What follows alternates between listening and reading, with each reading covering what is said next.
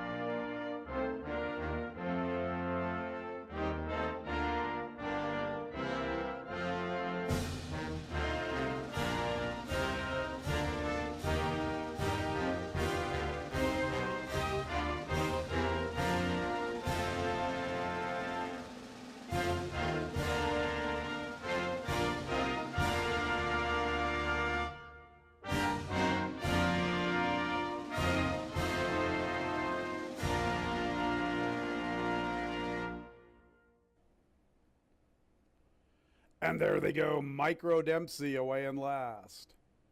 8 weeks long begins the best. Here comes It's Not My Fault from between runners. Greek Easter showing good speed with the blinkers on from the rail. In the fourth spot is Broadway Banker. Then we're going to honor Mr. Baby. And Micro Dempsey made a mess of the start, and he's the distant trailer. Greek Easter is a little quicker than two rivals. It's Not My Fault from between runners, and 8 weeks long pushing 3 deep. Big break of nearly 7 or 8 lengths to Broadway. A Banker headed by Honor Mr. Baby. Micro Dempsey is still at the back. They race to the quarter pole. There comes 8 weeks long, 3 wide from the rail. Greek Easter, It's Not My Fault, is giving way. Honor Mr. Baby has a little look, gaining some momentum. Here comes Honor Mr. Baby making a move into third. Greek Easter has the lead. 8 weeks long, comes under pressure. Honor Mr. Baby lugs in a bit now from the inside. They're at the furlong marker. Honor Mr. Baby's trying to close a lot of ground up the rail. 8 weeks long, Greek Easter. Honor Mr. Baby up the inside. Greek Easter keeps on fighting with 8 weeks long. Greek Easter. Greek Easter from 8 weeks long. Then Honor Mr. Baby. And Broadway Banker is a distant fourth. He is the winner, and race 1 is official. Once again, my apologies to Tony and Robert Cook. 5263, that exacted $212.50. The trifecta, $107.75. 10. Ready for the race. And there they go. Comfortable Cat's out for the lead. La Lima is showing pace. Subsidiary is forwardly positioned from the inside. Coffee Futures comes away in fourth. Do What It Takes has the 5th position, flanked by Miss Pab. Comfortable Cat, the speed of the speed, crossing the face of the field better than a length. Subsidiaries in the 2nd spot. We're outside La Lima. Coffee Futures from the rail, 3 off the lead. 2 lengths to Do What It Takes, and Miss Pab trying to advance from the far outside. 23-1 for Comfortable Cat. She's the leader at the 3-8. She's the one to step up to. Subsidiary stays close. From the inside is Coffee Futures. La Lima and Miss Pab are both progressing together, and Do What It Takes is still at the back marker. Comfortable Cat, the one to come and catch. Subsidiary stays close to this off pace. La Lima 3 wide. Miss Pab is 4 wide. And to the far, far outside is Do What It Takes. No excuses for Comfortable Cat. 23-1, 47. A favorable flow. She's the one to gun down. Subsidiary has chased her the entire trip. La Lima 3rd, then Coffee Futures. Miss Pab, Do What It Takes. Comfortable Cat, her 8th career score. Subsidiary hangs on for 2nd. Minimum wager. No changes in the 3rd. Post time in about 20 minutes at 2:16. Hey fans, you know this Monday we have another Handicappers Challenge. It's a feature.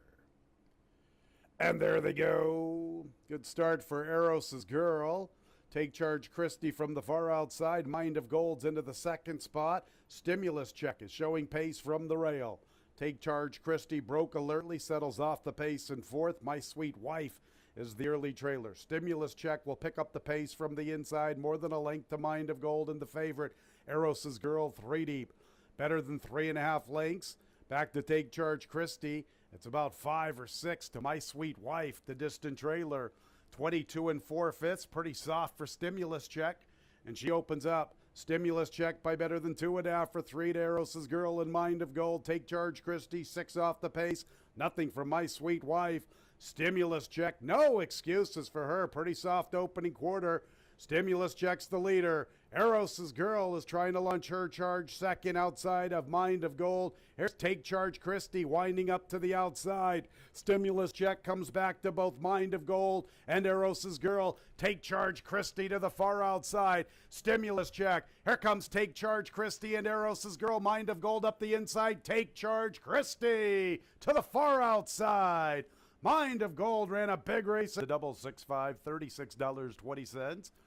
A 5-2 exacta, $155.50. 5-2-3 trifecta, $85.62. And there they go. Freud Harris broke pretty alertly, then stumbled shortly thereafter, and he's at the back marker. Iron Horizon has the lead, and one from my brothers into the race from his outside. Bears Correct is third, and Palace B is fourth.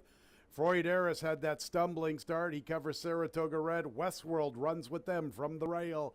Iron Horizon, 3 parts of a length to 1 for my brother. They lead by more than 3 to Palace B, trying to take closer order heading into the turn. 2.5 to Freud Harris, trying to overcome the stumbling start. From the inside is Westworld. Saratoga Red with the orange silks. Bears Corrects at the back. Iron Horizon, the one to beat at the quarter pole, trying to slip away from one for my brother.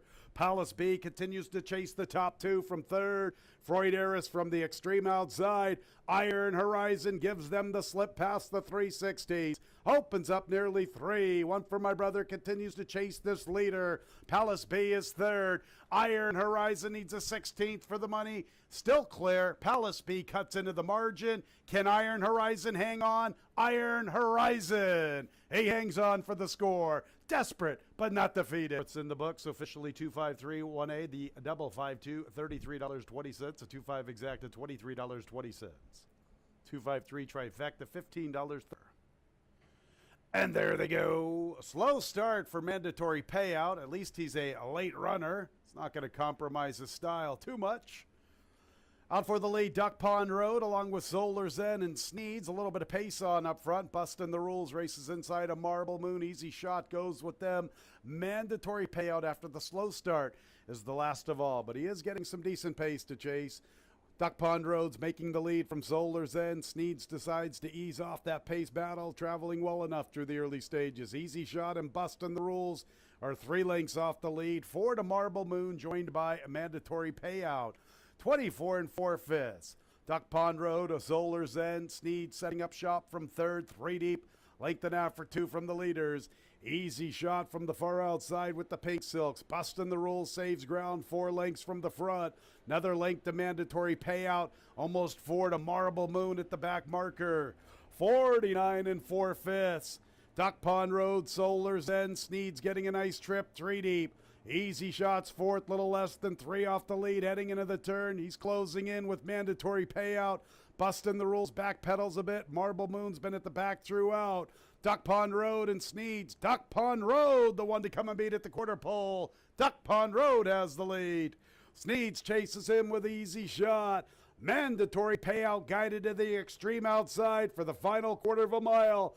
Duck Pond Road's the leader. Mandatory payouts hitting his best stride to the far outside. And here he comes with his big run. Mandatory payout with momentum to the outside. Mandatory payout, Duck Pond Road. Up goes mandatory payout. He's the winner. From Duck Pond Road, Easy Shot. Sneeds checked in fourth. 2-3 double, $16.40. 3-5 exacta, $14.40. 3-5-8 trifecta, $9.65. 10-cent super, 3. And there they go. Chasing You wants to show pace with Triton's Creed, who's the quickest. Also up there, long shot, Tizza Brown. From the inside is Interchanger, Tom's Legacy's 5th from the rail. Brits Union has the 6th spot. Then Anointed Spirit, a Dark Market. Regal Empire from the far outside. Danny's a Cowboy is the last of all. Chasing You and Triton's Creed, or make that Tizza Brown. Tizza Brown and Triton's Creed vie for the top spot. Triton's Creed outside of Tizza Brown. They have 3 lengths from Chasing You, races with Interchanger. Tom's Legacy runs with them from the rail. Brits Union isolated in the 6th spot, about 6 lengths off the lead near the 5/8. Break of almost 5 lengths to Anointed Spirit, flanked by Dark Market. Long ways back to Danny's a Cowboy and Regal Empire. Tizza Brown, big number on the board up the backstretch, a length to Triton's Creed, who bides his time. Interchanger's third, and Chasing You's forwardly positioned with the Orange Silks.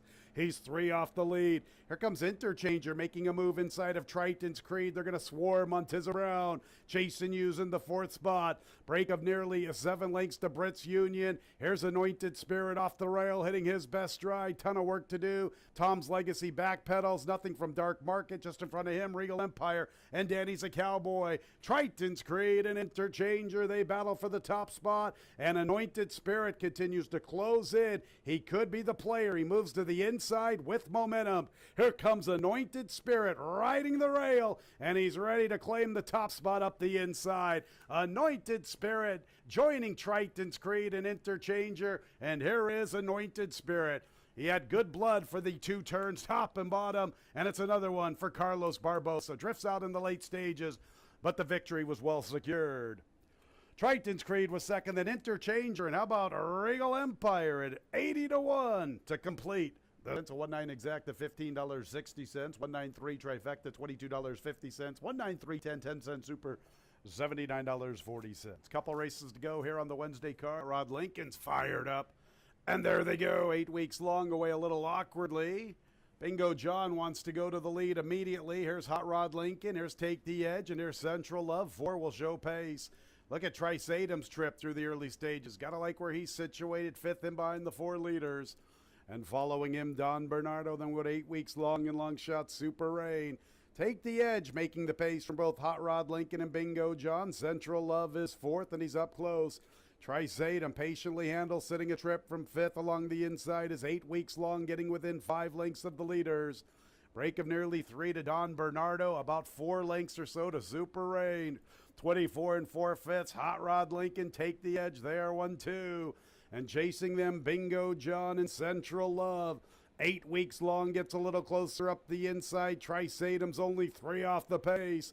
Break of at least 4 lengths back to Don Bernardo, 2.5 clear of Super Rain. Hot Rod Lincoln from Take the Edge in 3rd, Central Love. Bingo John and 8 weeks long have 3 lengths to find. Trice Adams 4 lengths from the front. Here comes Don Bernardo making his move to the outside.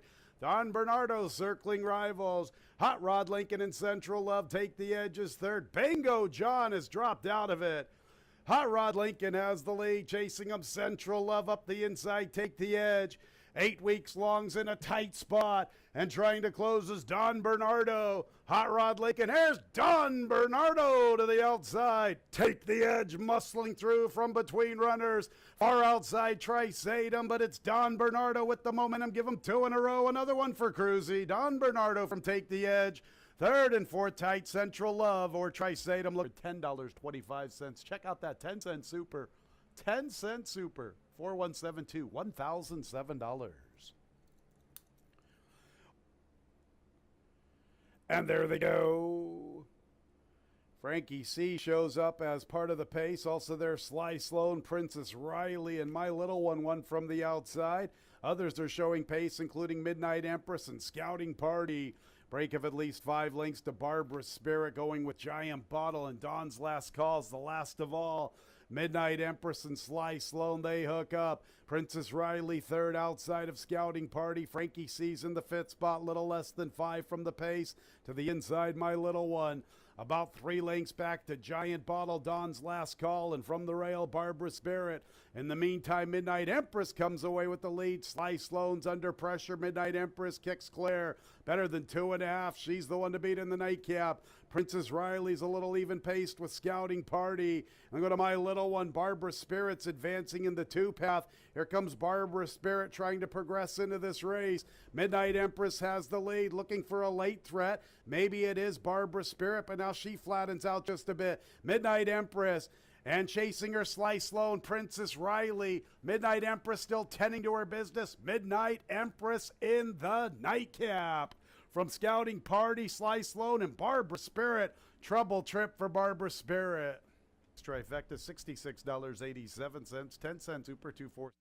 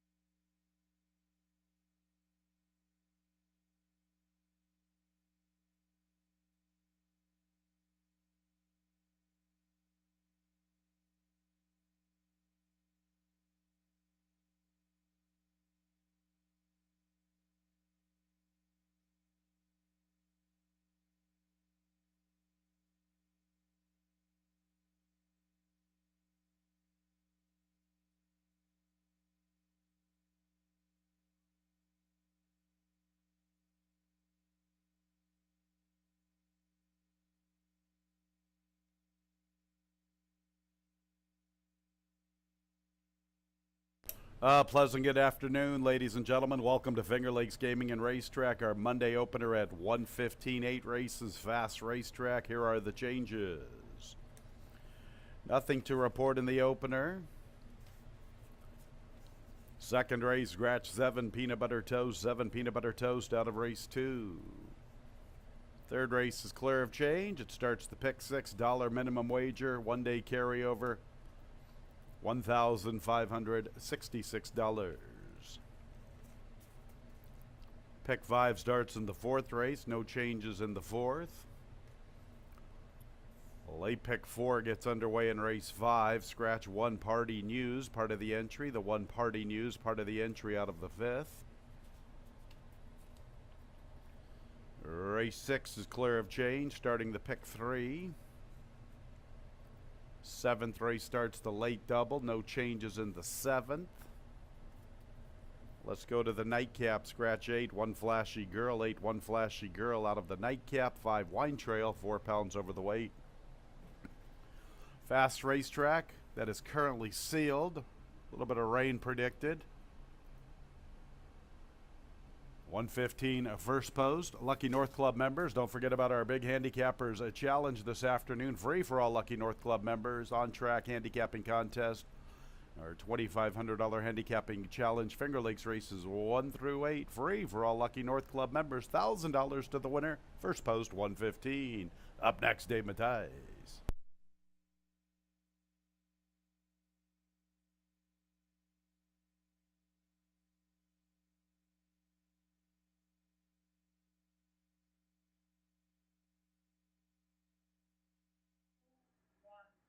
And welcome everybody to Finger Lakes Gaming and Racetrack. Yeah, fast racetrack today, but keep in mind we'll call it a refresh. We do the resurfacing about this time of year. So a little bit of a refreshing of the racetrack. There's a chance for a little bit of rain. I think the rain is a little bit south of us right now. So see if it hits. It'll really be a factor in a few of these races today. We have our handicap and challenge today. You got to get your forms in early though. So you can't really anticipate whether we're going to have an off track later or not. Kind of stuck like me. You handicap the races ahead of time. But you get all the Finger Lakes races today. $1,000 to the winner. Why not play it? Free to enter. Just got to become a Lucky North member.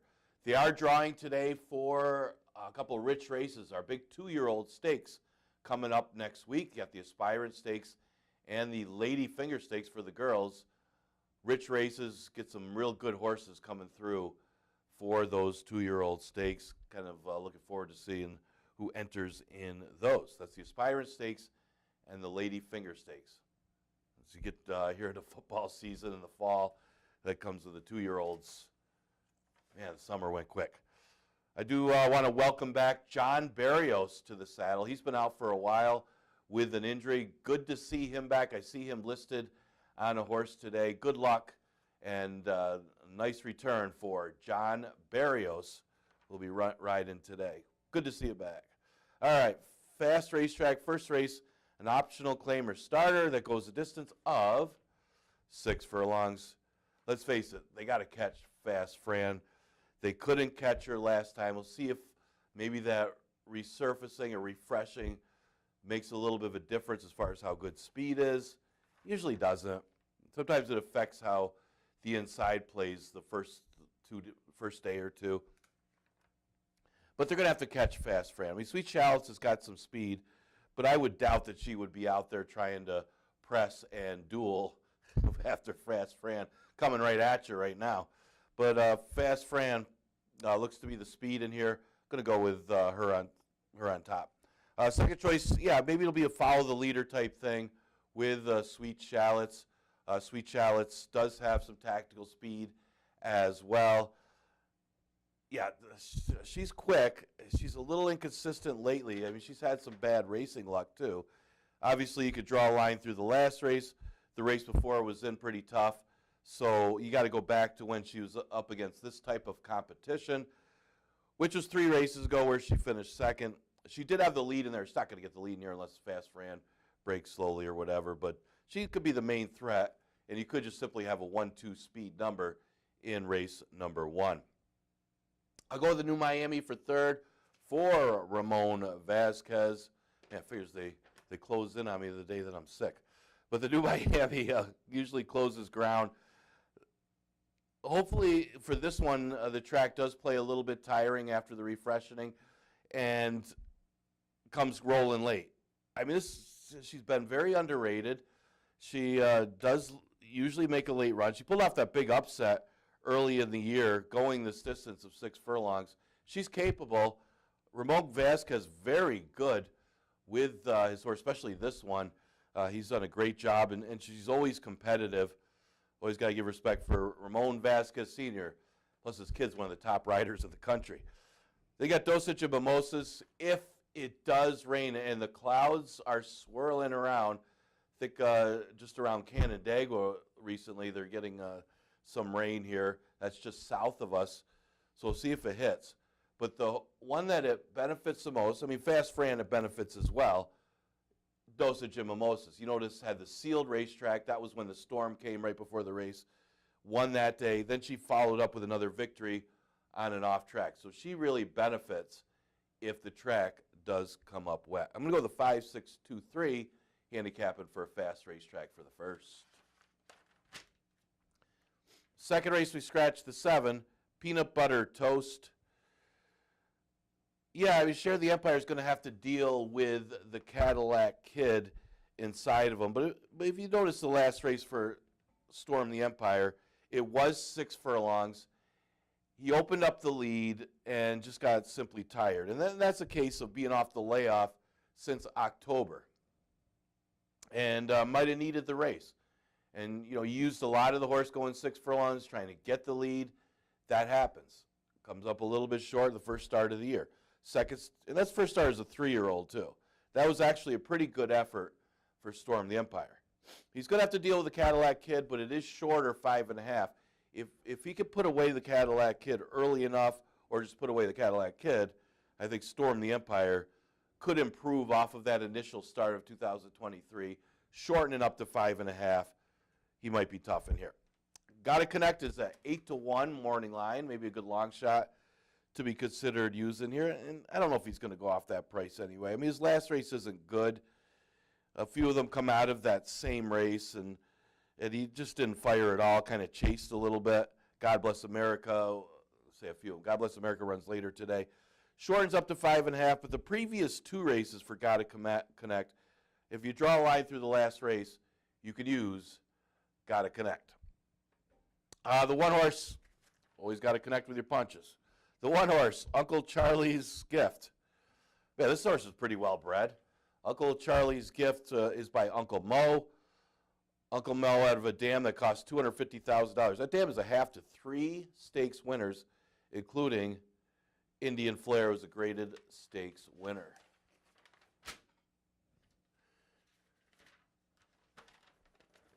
Coming at you today. Third race, 5,000 claimer, going 5.5 furlongs. Yeah, I don't know what's going on with Mission Cat. A little disappointing effort last time for Mission Cat, where she really had no excuse. She went 47 to the half. It was only her second start this year. She's had races spread out a little bit. Her first start, she didn't make the lead off the layoff. Then she dropped to 5,000 and stopped. Again, I don't have an excuse for her last time. Maybe she got beat by a better horse in Ever Graceful. I think Mission Cat could get the lead in here and just simply keep going. I mean, it looks like a 2-horse race on paper, doesn't it? I mean, Mission Cat looks like the speed. Tumbles, I say it's a 2-horse race, but Tumbles is 9-2, and Mission Cat's 2-1. There's 2 other horses that are lower odds than Tumbles. But Tumbles should be closing late. She's the main threat after Mission Cat. She draws the rail. If Mission Cat stops, I think the other one is Tumbles to have a shot to beat that one. I mean, she was facing so much tougher. She took the aggressive drop last time to 5,000 and ended up finishing just off the board. But it was more of a case of pace flow and kind of a tough field. The 5-horse Moulin Rouge, somebody's got to get third in here. Again, Mission Cat and Tumbles could just complete a short exacta. Moulin Rouge, yeah, this one has a win at the distance. Her last race isn't so good, but if you could draw a line through her last race, that was back in July. She gets a little bit of a freshening since that race. I would think that Moulin Rouge deserves another chance here to be in the number. The 2-horse betting on a stone, 3-1. I think that's a little bit short for her. I like the other Paul Barrow trainee. Looks a lot tougher, and it looks like Joel Cruz opts to go to that one too. But she's off the maiden victory. I don't see anything too impressive with her 5,000 maiden wins. Last race she's supposed to win. It's an easier field. If she sustains the same number, she could be in the Super in this race. Maybe she can improve off it. She'd have to improve a lot to be able to beat her stablemate, it seems like, and Tumbles, who seem to be the main two. I'll go the 3-1-5-2 in the third. That starts at $1, pick 6. Fourth race starts the pick 5, goes the distance of 1 mile and a 16th. Got a couple of races going 1 mile and a 16th today. I like that distance. Got that longer run up to before the turn. Get a chance to get position. It gives the outside horses sometimes a little more of a chance. One of my favorite routes. I mean, to me, mile 16th, mile and 8th, best distances for the route. 6 furlongs, obviously, is the best sprint distance if you're an old school handicapper. The fourth race, gonna give Sonoa another chance. I know the pace was relatively slow, but Pot of Gold ended up taking a lot of money. That horse was a big favorite in that race and ran to it. This horse didn't go away easy. I know, again, he had a relatively slow pace. They went 114 for the 3/4. But I like the fact that he still hung in there, almost tried to come back on again. Just finally Pot of Gold got the better of him. This race looks like there's not a lot of speed in here again. I think Sinaloa had the rail last time, but it doesn't matter this time being outside because there's not a lot of speed inside him. Again, you got the mile and the 16th. He could get out there, slow the pace down under Manuel Di Diego, and looks like the speed. I think this horse has got a good chance. Got a trip over the track to go gate to wire in this race. Going to have to deal with Nemo's Fortune. Looks to be the other speed. But I actually think Sinaloa is a little bit quicker, and even if Nemo's Fortune is aggressive, is out there early, I don't think they're going to go faster than 50 for 1 mile and 16th. I'll go with that one on top. Gold Templar, I kind of like last time. Didn't run that badly. Again, the pace wasn't that fast. He just wasn't as good as Pot of Gold. Pot of Gold was the best horse, and this horse did have a little bit of run late. Started to come up the inside. It's almost like Ali Can Dance made his move first. They were kind of together early in the race. Ali Can Dance made that big move around the turn and then flattened out, and then it looked like Gold Templar trying to come up the inside. Seemed to kick in a little bit late. So maybe the little more distance could help a horse like Gold Templar, who did finish third his only other start at the mile and the 16th distance. I think the horse is going to go better going a mile and the 16th. The 4-horse Ollie Can Dance finished right with Gold Templar last time. Moved a little earlier, probably was a better move, moving right before that one, and hung around. And this one does have some room to improve. That was only his second career route and first route over the track. Yeah, this one could definitely improve, although his form before that last race wasn't that good. It was a nice wake-up call last time. Ran pretty decently. I'll go with the 3, Nemo's Fortune for 4th.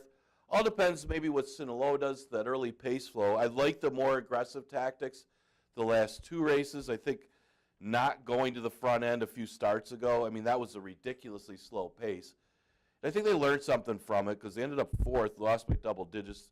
I mean, Colton Goes is going to beat them anyway, but the next 2 races, a little more into the race, and you see the result. I don't know if he wants to win, but at least he ran a little better with a couple of good second-place finishes. Obviously, no excuse last time. He had an easy lead. He's not going to get an easy lead today. Obviously, Sinaloa is probably a little bit quicker. 6-2, 4-3 in the 4th starts the pick 5. 5th race, we scratched the 1, part of entry, Party News. Yeah, the 2 color commish is a big drop. I mean, it's not a big drop down, but you know, he's dropping from an allowance to tag, and this claiming race didn't come up that tough, except for the presence of Ginsu Warrior. But the problem with Ginsu Warrior, I would always take this horse to win, and I'm done taking this horse to win after last time, because of the simple case that he was best last time, and he looked for competition and doesn't want to win. So I looked elsewhere from Ginsu Warrior. Still got to use Ginsu Warrior off of the last effort. He was much the best. He just looked for another horse to beat him. Sea Tiger, and Sea Tiger said, yeah, okay. Color Commish looks like the main contender here, the main rival, and probably the winner dropping in class. But, you know, these connections had a horse Wednesday that was a heavy, heavy favorite, making a big drop in class. Maybe this one's not as big a drop, but that one looked tough to beat. Was it Bingo John? Didn't fire at all. So it scares you a little bit. It's a scary drop again. It's a similar drop in a sense that this is a little bit easier, and this one's in pretty good form. So it's a concerning drop when he just ran a solid second. But let's face it, Color Commish is better than these horses, except for Ginsu Warrior. But again, I mean, you got to use Ginsu Warrior at least on saver tickets. It's just hard to have trust in this horse to win when he's 1 for 27 in his career. In his last race, if he's ever going to win a race, it was that last race, and he had the race won. And you could, if you watch the race, you almost see him looking back, wants to turn and look back for another horse to come get him. Sea Tiger came and got him. It was that kid. He had no excuse except for that behavior. Kevin just opts to go to Hutch, maybe to just ride for John Buckley, but I'm going to go with Ginsu Warrior. Over the Cap's an improving horse, came off the maiden and ran a good 3rd in that race behind Ginsu Warrior. He does have to improve a little more to win, but he's probably the best of the rest of them, unless Hutch can run back to some of his earlier races. Yeah, I don't know if this horse is just not coming around or he's regressing a little bit. It's not like he's had horrible trips. I mean, the last race was a little better. I mean, you got to go a couple races back. It wasn't too good. But the Mount Vernon boy race, you could say, well, that horse got the lead and was just gone. Everybody was chasing from there. So maybe give Hutch a chance here at the 11-9 level. I got to think that on his best, he could be very competitive against this group. 2, 5, 4, 6 in the 5th. 6th race is an allowance race. Again, mile and a 16th. Got to like that distance. Initially, it's a pretty competitive race. It's a 1 state bred condition. You do have a bunch of horses eligible for the 4 lifetime. I see that, you know, you're seeing that a lot. You got Wasada or Maseta. Can never say that one right. Kong Loves a Fight, Jacoba, and Honorable Avenue, all 3-time winners. That's why I thought maybe a horse like Horse Be With You would have a little bit of advantage already getting his 4th win. Comes out of a race won by Fiery Heart. Goes first time Lasix. And the thing is, I'm looking at the breeding. I know this horse is not really overwhelming when it comes to the numbers, whether you're looking at buyer speed figures, Brisnet figures, sheets, Equibase figures, whatever you're using. So half to I Love Lulu, who's second in the New York Derby back in 2014. I think it was 2014. It was Empire Dreams won that one. I do like the fact that Horse Be With You won going 1 mile and an eighth, and that wasn't that long ago, back in May. So the distance isn't an issue stretching out for Horse Be With You. He's got the rail. There's a lot to like with this horse. Got to use Honorable Avenue. I mean, Honorable Avenue is always right there.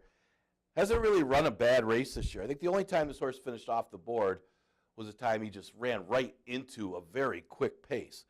I mean, you're talking about a 47, and this horse chased it and then took over the lead into that 47. That's why the horse faded a little bit. But Honorable Avenue comes off a third-place finish behind CJ's Grand Slam. That horse is sharp right now, winning 3 in a row for Jimmy Wright. So this horse has done little wrong, talk about Honorable Avenue, and now stretches out again. And he's just as good going long as short, if not better going long.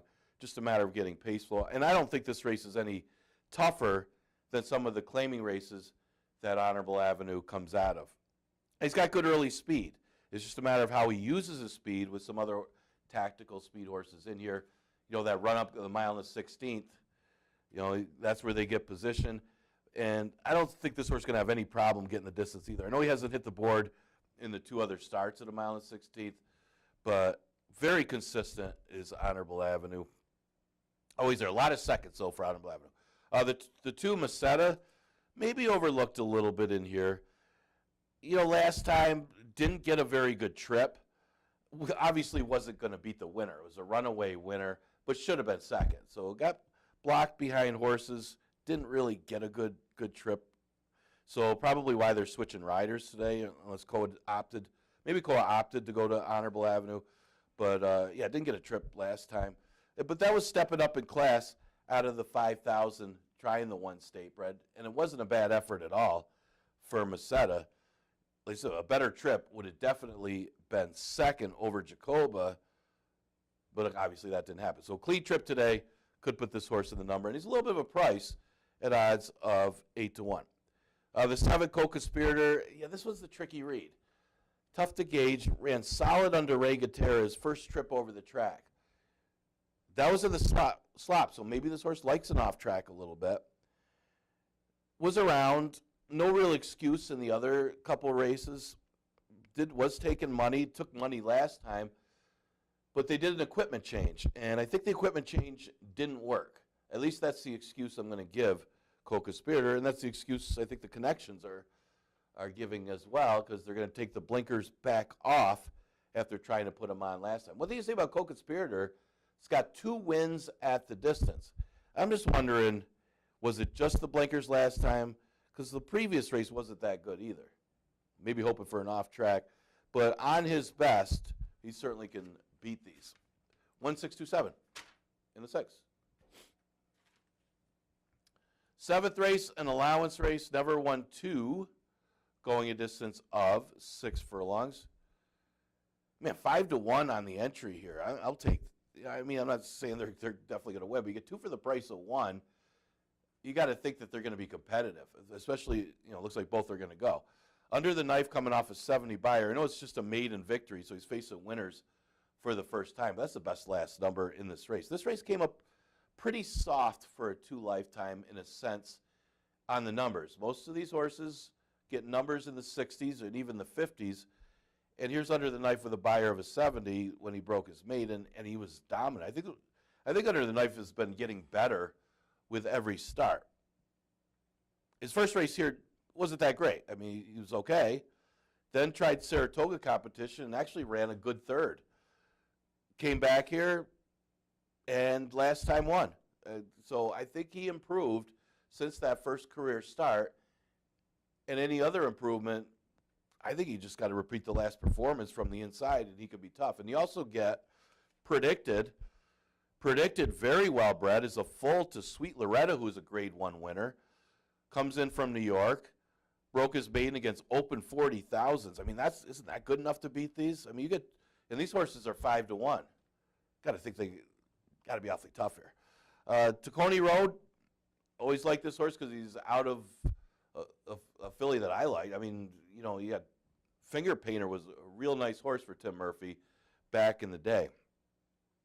She was one of the top fillies or mares on the grounds that one year. Man, she was very impressive and very nice looking. So is this one. She's a good looking horse. Or he's a good looking horse. He goes first time Lasix, and yeah, maybe didn't want the route of the New York Derby, or maybe he was just overmatched in the New York Derby. His debut was good. He was pretty solid. I mean, they kind of let him go a little bit, but it's still a solid effort. He did a good time. Last time was wide and ran into Jack and Bernie. Jack and Bernie would absolutely dust this field. And, I'm not just saying that. He would. I mean, Jack and Bernie could get off slow and still beat this field. That's how good Jack and Bernie is when you look at how soft this 2 lifetime allowance field came up. So, he did lose by a lot, double digits. He wasn't competitive with Jack and Bernie, but neither would any of these horses. So I could see this horse run very well, maybe even improving the Lasix. So the 2 shorts in the winner, a little bit of a long shot for third. Man, he was taken back early and lost a lot of ground in the early stages of the last race. It made that big move right before the turn, got into the race and then flattened out. Maybe if they timed that move a little bit better, or maybe not take him back so early, because, I mean, he just lost contact with the field. Yeah, actually, he broke okay, and then he just lost contact with the field. He's so far back, but made that middle move. And those middle moves, those early middle moves, are so tough to sustain. I think this horse has shown some improvement. He could be there. I mean, he's a long shot a little bit. He's 6-1 morning line. Probably will be a little price, again, in a wide open field. The 5, he's got the Jack, a very tricky read. One thing to say is John Davila got off to ride Under the Knife, which, isn't surprising. I mean, Under the Knife ran good last time. Adds blinkers, was very well backed and very well meant as a 2-year-old. Horse looked good. I may have needed the first start of the year. So I'm going to go with the 1-3-2-5 in race number 7. A very tricky read on he's got the Jack. I'm assuming that's maybe a poker too. I'm not a card player. I don't like to gamble. 8th race, scratch the 8. One Flashy Girl. Yeah, I was actually impressed by Regal Rebel. I didn't really like her last time, mainly because I knew she wouldn't get the lead. She chased the entire trip and ran extremely well. Actually took over the lead and then flattened out and faded. I think she could get the lead today, and I think that's going to be the difference. One of the things I like is when these speed horses, especially the young speed horses, they're known as horses that can get the front when they don't get the front and they have to chase a little bit, they still run their number and run well, and she did. So I like that about Regal Rebel. And all these John Grabowski, he's only got a few horses, but all the Grabowski horses are doing well lately. He's on fire the last couple of weeks, and he's only got a few in the stable. I think Regal Rebel could get the lead from that post position. There's no speed inside of her anyway. The speed after Alpha's outside of her, that she could get the front. It is a little further today, 6 furlongs, and that's the question mark. She's been going 5.5, 5.5, 5.5. And yes, they passed her going 5.5 last time, but again, she was chasing. She didn't get the lead. If she could get out there at 6 furlongs today, again, not much experience going 3/4, only one start going 3/4. So there's a little question mark, although she is bred to go longer. But there's still a question mark when you see a horse that's been going 5.5, if she can get the 3/4. But if she could get out there, do a relatively reasonable half, like 46-3, 46-4, maybe slower, I don't know. But Regal Rebel could be tough at 4-1. I'm going to use her on top. The 5 Wine Trail might be overlooked here. Well, maybe not now. But she's 12-1 morning line. She was 48-1 last time. And I honestly say this, she should have won at 48-1. She checked in that race. It was a roughly run race. A couple horses had some bad trips. But she took up. And the fact that she still lost that kind of momentum and then came rolling late was a good effort. Inside Speed was pretty good that day, too. I mean, I say that, but that particular race, did fall apart at the end of the day. I mean, the Speed did back up. The closer, Fabulous Moolah, won the race. But this horse ran huge last time. maybe a wake-up call for her. And she's 12-1 today. I don't think she's going to be 40-1 today. I don't even know if she's going to be double digits, but man, she's definitely worth using in this race after watching that last race. I don't think it was a fluke. I think that horse ran pretty big. Mike Progno does a good job. I mean, I didn't see a lot of horses from him in the last few years, and the couple that he's got this year, he's improved them. The 4-horse, Jackie Be Good, seems like she's more of an off-track horse, but she was off a little bit late. First trip over the track. There's a bunch of them that were there. I mean, they just didn't close enough for her last time. Maybe it was the 5.5 that she couldn't quite get there. 6 furlongs might be better for her, and her numbers are good enough to win here. I'll throw in the 1 Ever Graceful for 4th. She's sharp right now. Her numbers, I don't know, aren't quite as good as a few of the others in here, but she's a sharp horse and looked good in victory. And that was a pretty decent 2 Lifetime field that she beat last time. I mean, you got 5 Alarm Freakout, who had been facing better in the past, and Mission Cat, who I like earlier today. So that field was pretty decent. So I wouldn't be surprised if she came back and won again today. Well, enjoy today's card. Again, handicap a contest today. You got to get in that. If you're here on track, it's free to enter. Just got to be a Lucky North member or become one. Why not? It's free. You can win $1,000. What's better than that? We continue live racing Monday through Wednesday. Next live race day, of course, will be tomorrow with a 1:15 first post. I'll see you then.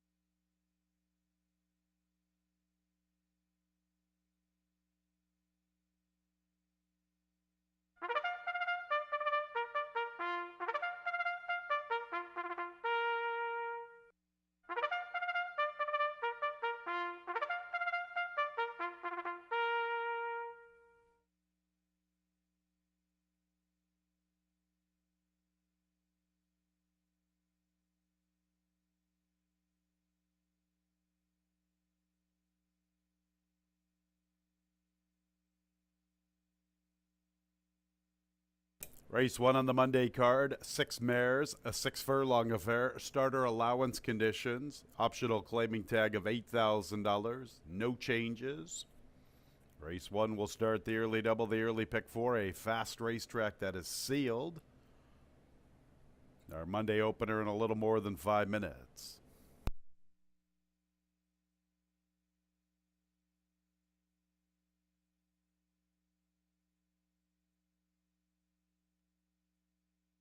Here's the field. Number 1, Saloon Girl, Kevin Navarro. 2 is the New Miami, Jose Rojina. Next will be number 3, Dosage Mimosas, Carlos Barbosa. 4 is Kateri Empire, Rafael Rojina Jr. Next will be the 5, Fast Fran, Jeremias Flores, big favorite at 2-5. And the 6 is Sweet Shallots with Joel Cruz. About 4 minutes until the opener. Track announcer Tony Kalo up here in the booth. Let's talk about this Monday card. Let's remind everybody to get those entries in for our free handicapping challenge. Got to be part of the Lucky North Club. Still time to submit your entries. $2,500 handicapping challenge. All of the races this afternoon on track. Handicapping contest, $1,000 to the winner. Best of luck to all participants. Fast Fran's probably on a lot of tickets. She's having a big 2023. 5 appearances with 3 victories and 1 third-place finish. A little shy of $32,000. I guess from the handicapping contest, she makes a lot of sense. From a pari-mutuel standpoint, at 2-5, we're not getting a lot of value, but she is the one to beat, no question about it. Upsetters, perhaps 6, Sweet Shallots. Let's forgive her recent effort. Similar condition to Fast Fran. Stumbled badly, lost the jockey, no chance. The race 2 back, not that great, but that was against a pretty good group of second state breds. Prior to that, she is 3-1 in this similar condition. That was back on the 5th of July. If you're totally against the short price of Fast Fran, maybe the outside gal is the one to look at. 3, Dosage Mimosas is having a big 2023. She's a 10-year-old. You got to like her. A salty mare she is. Very classy individual. She's done it the hard way, the old-fashioned way. She has earned it. $209,000. 75 appearances with 17 victories, 16 seconds, 10 thirds. I've always been a big fan of her, and I am so glad she's having a great 2023. I've got her in the 3rd slot. Then the 4, Kateri Empire, another one that I've had a soft spot in my heart for over the years here at Finger Lakes Gaming and Racetrack. Maybe not quite as good this season as in years past, but it's hard not to ever talk positively about Kateri Empire. Been a big fan of hers throughout her racing career. She's looking for her 13th career score. Fast Fran, the short price favorite to start our Monday card. First post in a little more than a couple of minutes.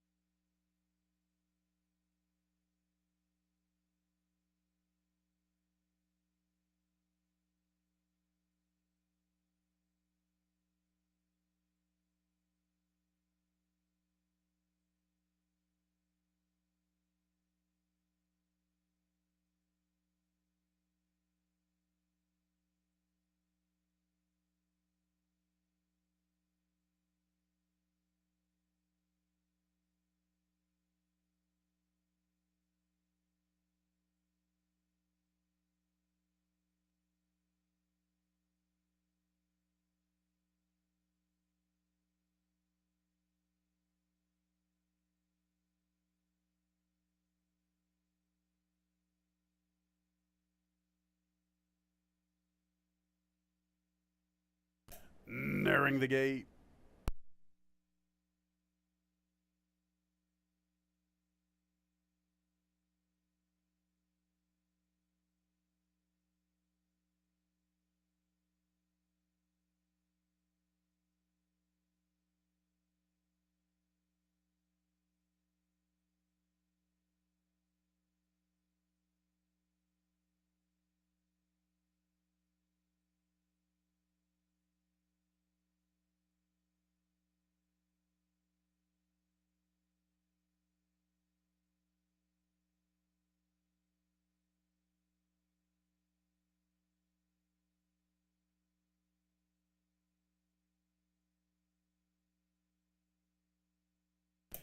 It's post time for the Monday opener. Big favorite, the 5, Fast Fran at 1-2. She's looking for 2 in a row and 4 out of 5 and her 10th overall. A big 2023 for Fast Fran. 6 mares at the gate. Saloon Girl is in. The New Miami will be next. Dosage Mimosa's looking for 3 in a row and her 18th career trip to the winner's circle. Second choice at 4-1. Kateri Empire is looking for her 13th career victory.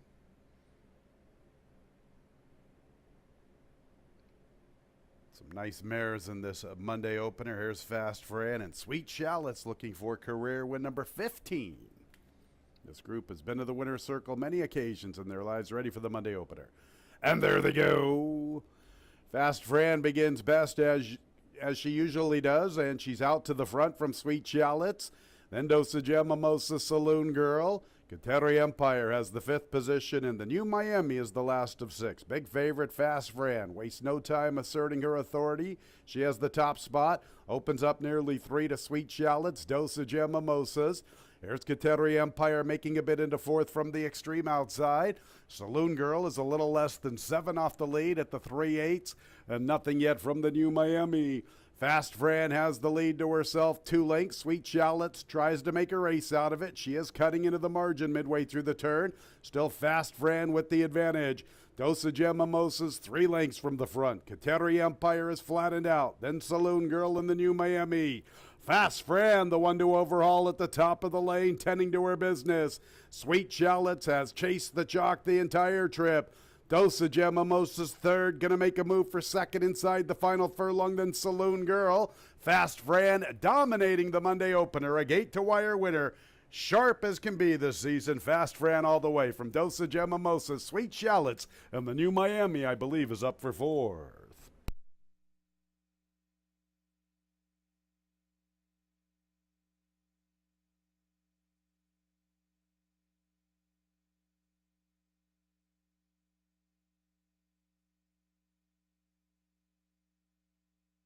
$113 and 35 100ths the final time.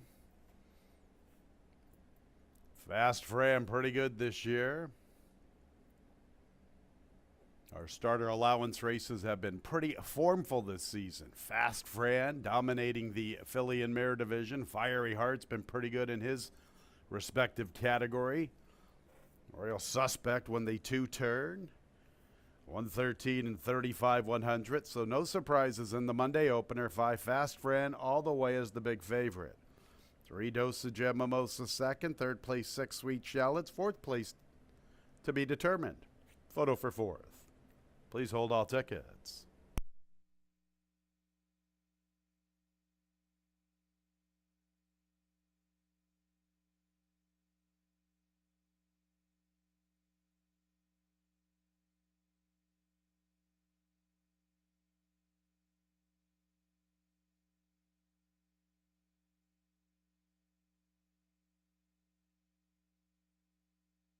Fourth place, number 2, the New Miami.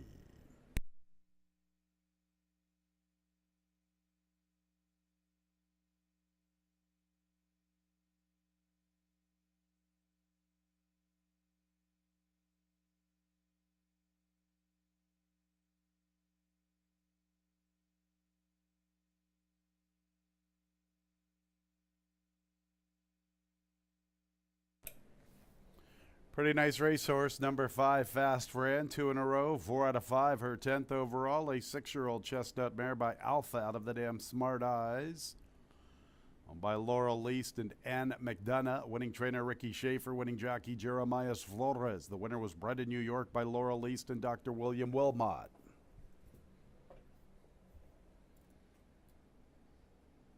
That is 8 victories in the last 16 starts for Fast Fran. A big 2022 followed up with this monstrous 2023. And the opener is in the books officially, a 5-3-6-2. That exacted $9.10. The trifecta $6.60. The 10-cent super good for $4.12. Second race, scratch 7 peanut butter toast. 7 peanut butter toast, scratch from race 2. It starts the early pick 3. Post time in about 22 minutes at 1:45.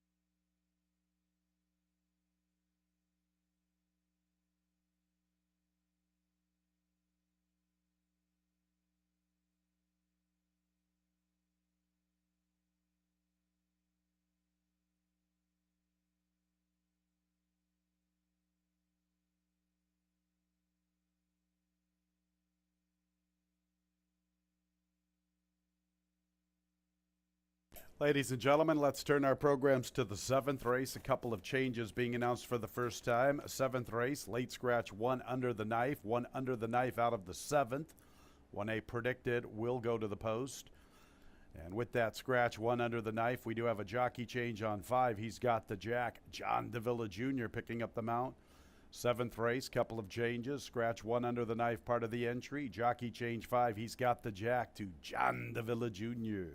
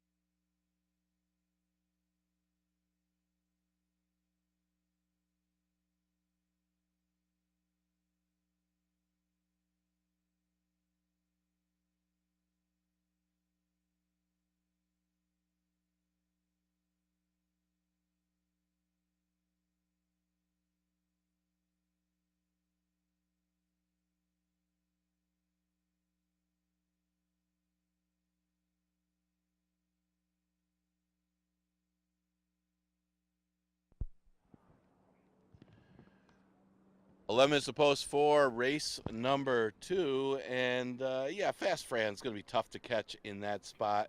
You know, Sweet Shallot's following the leader. She just doesn't come back. And when she gets an easy lead like that, doesn't matter if it's 5.5 or 6 furlongs, she's going to win. And that's her 4th win this year. Fast Fran, trained by Richard Schaefer, Jeremiah Flores aboard, starts off the card. Had to be a short price, but deserved to be a short price. Maiden race is the second, going 5.5. And the 5-horse Storm the Empire getting some play. Had to need the last race, coming off a layoff since October. Still ran well. Opened up the lead, actually put away some of the other speed, and had a couple length lead at one point. Just got a little tired going 6 furlongs before they hit the wire, and still landed 4th. So if you figure that he did need that race first start as a 3-year-old, he could put away Cadillac Kid. It's going to be a similar type race. Cadillac Kid is the speed inside of him. He could do either. He's going to be out there with Cadillac Kid. But if he puts that one away early enough, it's going to be like last race. But the difference is it's going to be a shorter 5.5, and he should be a little bit sharper getting that last race in August. An interesting one is the one, Uncle Charlie's Gift. The great Nick Zito is in the house today. Is this one Kentucky bred by Uncle Mo out of the dam that costs $250,000. The half to 3 stakes winners, including Indian Flair, who was a graded stakes winner. Not much for form in the first couple starts, but does come in here with apprentice riders, but obviously been facing tougher, and is getting some play at odds of 5-2. Mentioned earlier, the 4 got to connect. If you could draw a line through the last race, and I'm going to do that. The race wasn't that horrible. He was chasing a little bit. He was wide from a 9 post. His previous start, Flowing River, got away on the front end, and that one was much the best anyway. Maybe deserves a look here if you could draw a line through that race. Shortens up to 5.5 and is a top 3 threat in this maiden event. Exacta-Tri Super Daily Double and Pick 3 starts in the second. Again, we do scratch the 7. Peanut Butter Toast.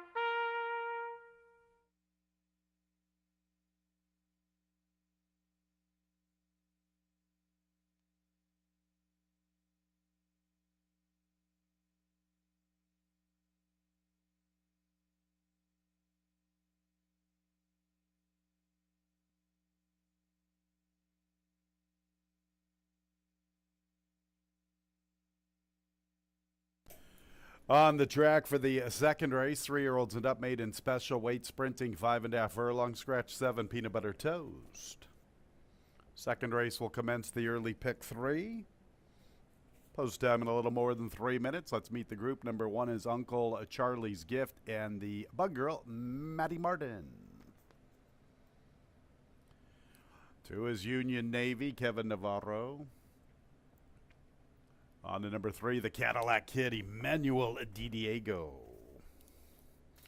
Stablemate is 4, Gotta Connect with Jose Rohina. Big favorites 5, Storm the Empire, John Davila Jr. And 6 is the Wipers on the Bus, the lone debutante, or the lone debuter, I should say, with Jackie Davis. Our second race in about 3 minutes. Second race starts the early pick 3. I'm on the 5, Storm the Empire. I liked his start on the 7th of August, his first start in quite some time. He had been away for about 10 months, ran very well, had the lead all the way to the 8th pole, could not fend off God Bless America.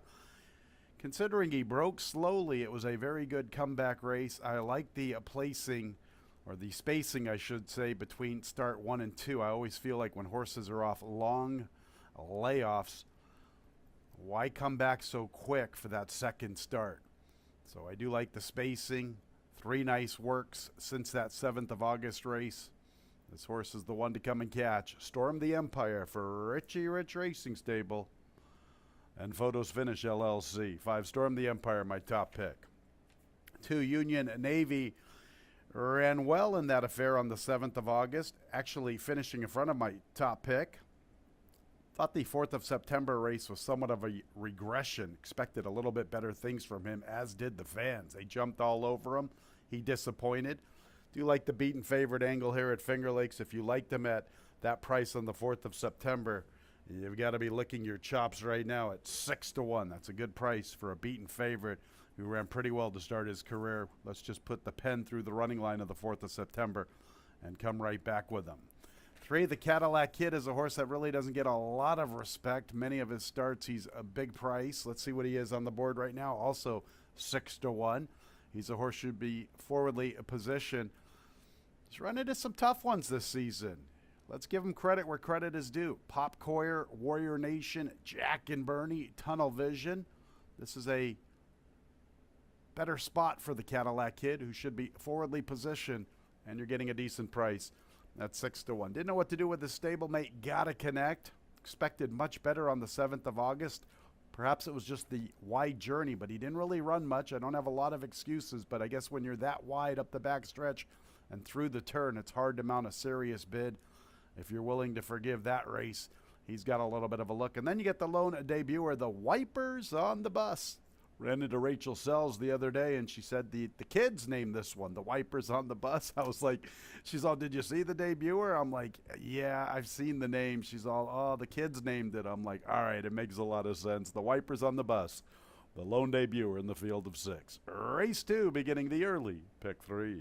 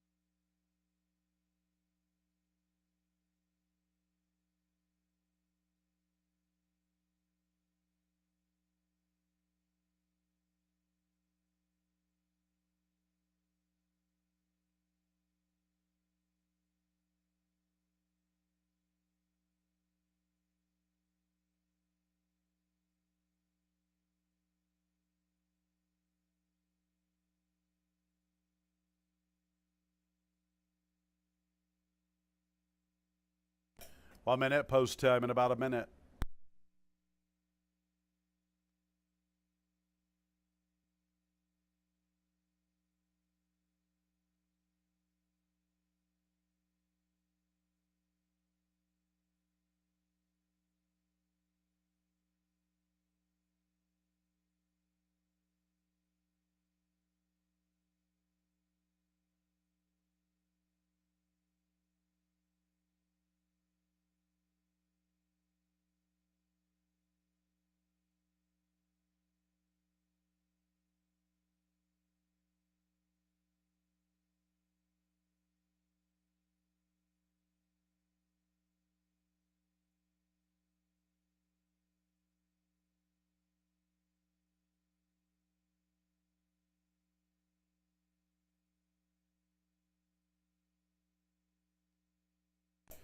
It's post time for the second race. Number 5, Storm the Empire is the favorite, 7-5. One Uncle Charlie's Gift, the second choice, currently at 2-1 in the wagering. A field of 6 arriving at the starting gate. Here is Uncle Charlie's Gift.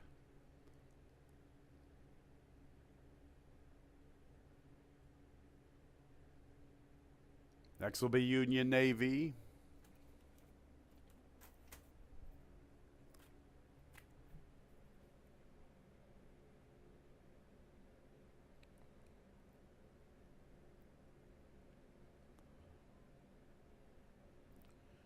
The stablemates, the Cadillac Kid and Gotta Connect.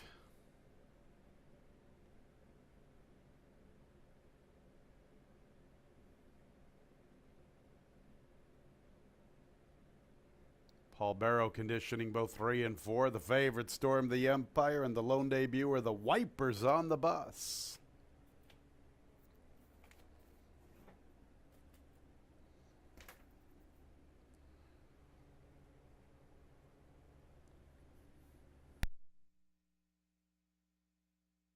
Storm the Empire, 8-5. Uncle Charlie's Gift, 9-5. There's Storm the Empire. And the Wipers on the bus to the outside. Early pick 3 time. And there they go. Much better start for Storm the Empire, but the Cadillac Kid's a little quicker. The Cadillac Kid from Storm the Empire, Gotta Connect third. The Wipers on the bus has the 4th position. From the rail is Union Navy. Uncle Charlie's Gift's already off the rail in the 2-path, advancing with the red cap. The Cadillac Kid, 3 parts of a length to Storm the Empire. Gotta Connect from the rail. From the outside is Uncle Charlie's Gift, making a move for third. A little less than 3 off the lead at the 3/8. 2.5 back to Union Navy and the Wipers on the bus. The Cadillac Kid keeps on going with the top spot, nearly 2 lengths at the quarter pole from Storm the Empire. The Cadillac Kid, the one to come and catch. Uncle Charlie's Gift is third. Gotta Connect is 4th, then Union Navy and the Wipers on the bus. The Cadillac Kid is at the 3/16, still with the lead. And Storm the Empire continues to chase after, and he cuts into the margin at the 8th pole. And here comes Storm the Empire, who's ready to get the lead. Uncle Charlie's Gift's ready to tackle him to the outside. And up goes Uncle Charlie's Gift. Matty Martin and Uncle Charlie's Gift from Storm the Empire. Farther back, the Cadillac Kid and Union Navy. They're in the photo for that 3rd spot.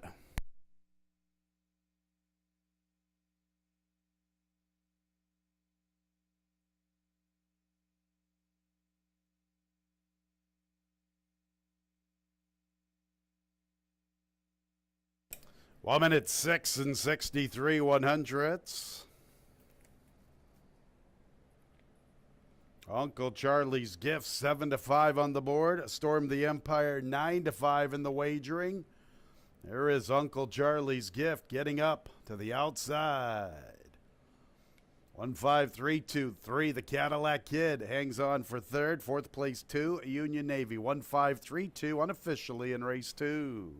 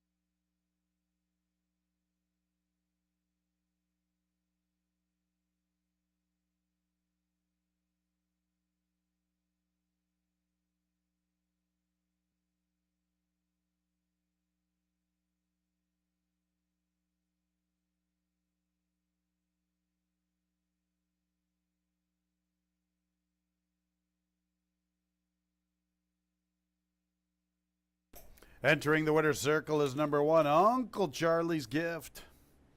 3-year-old Bay Colt by Uncle Mo out of the Damn Truly Gifted, owned by Atlantic Thoroughbreds. The one and only Nick Zito in the winner's circle. Winning jockey Matty Martin. Winner was bred in Kentucky. Kentucky bred by Drumkenny Farm, American Equistock Incorporated. 1532, officially in race 2, the double, the early double, 5-1, $9.30, a 1-5 exacta, $14.40. 153 trifecta, $11.85, 10-cent super, 1532, $5.87.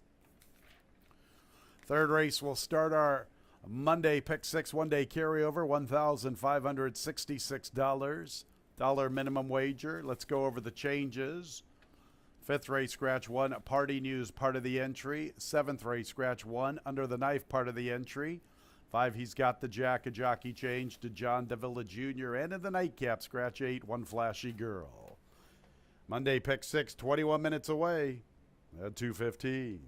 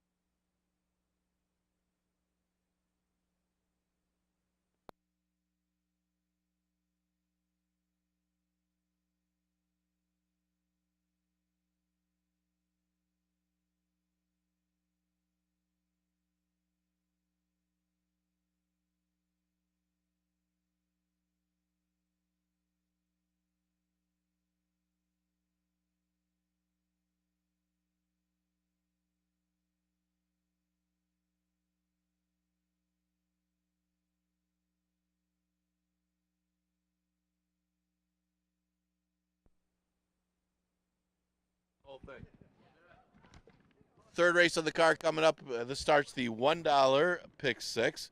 It was Uncle Charlie's gift. The great Nick Cito in the house came here and got the victory. Matty Martin aboard. That one by Uncle Bo takes race number 2. Didn't get much of a price. Third race, 5,000 claimer, never won 2 condition. Look at the board. The 3 Mission Cat, no surprise, getting a lot of play at odds of even money.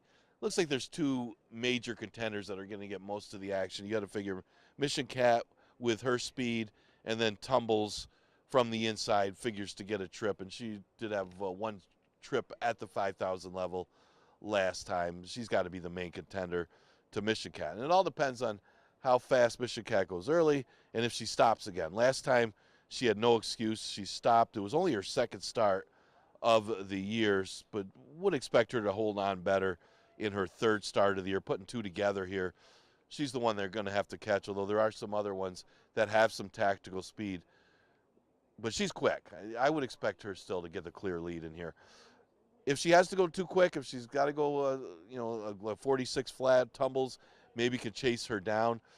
She seems like she was such a better horse earlier in the year. She broke her maiden against maiden special weights. She dominated those maiden special weights before trying winners for the first time. They thought enough of her to try the Niagara Stakes, but it just hasn't panned out for Tumbles. She dropped to the bottom last time, didn't get a great trip or pace setup.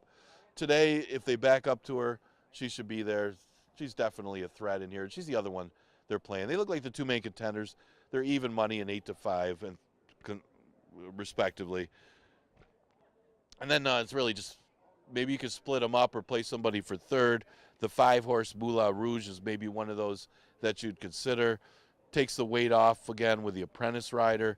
Last time didn't fare too well with a double-digit loss, but the race before puts her in the mix to be in the Trier Super. So 7 minutes to post for the third. Again, starts the pick 6, exacta Tri Super, Daily Double, and pick 3 starts. And we also welcome John Barrios back to the saddle. He'll be aboard the 4, Empress Palpatine.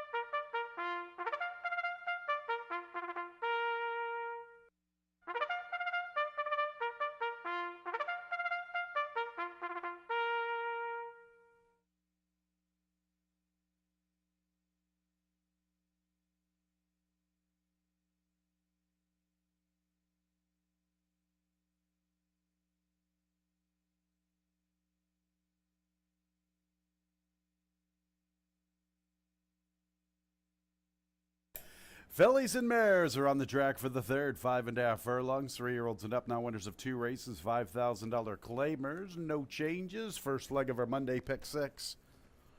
One-day carryover, a little shy of $1,600. About 5 minutes until the pick $6 minimum wager.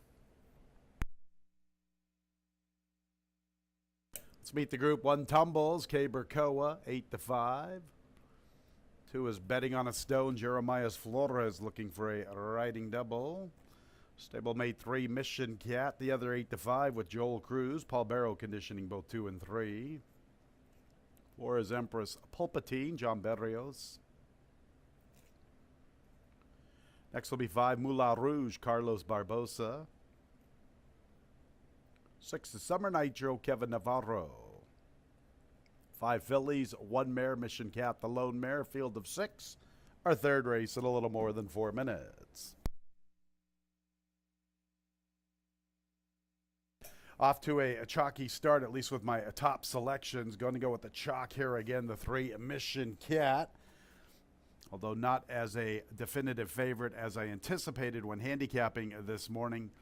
I think today's pretty much put up or shut up time for Mission Cat. We've given her lots of chances. She has not been to the winner's circle in quite some time. This is her second start consecutively for the $5,000 level.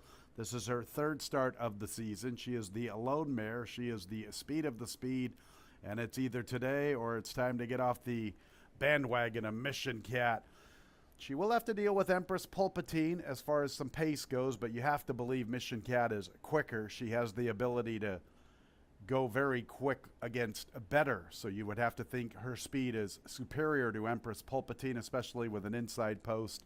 I am banking on the 3 Mission Cat breaking through with career win number 2 this afternoon. If you're against her, 1 Tumbles is perhaps the other one to look at, kind of like the favorite. This is her second consecutive trip for the $5,000 level. Here is a filly that broke her maiden against maiden special weights, and the connections thought enough to run her in the Niagara Stakes earlier this season. Back-to-back poor efforts after that Niagara run.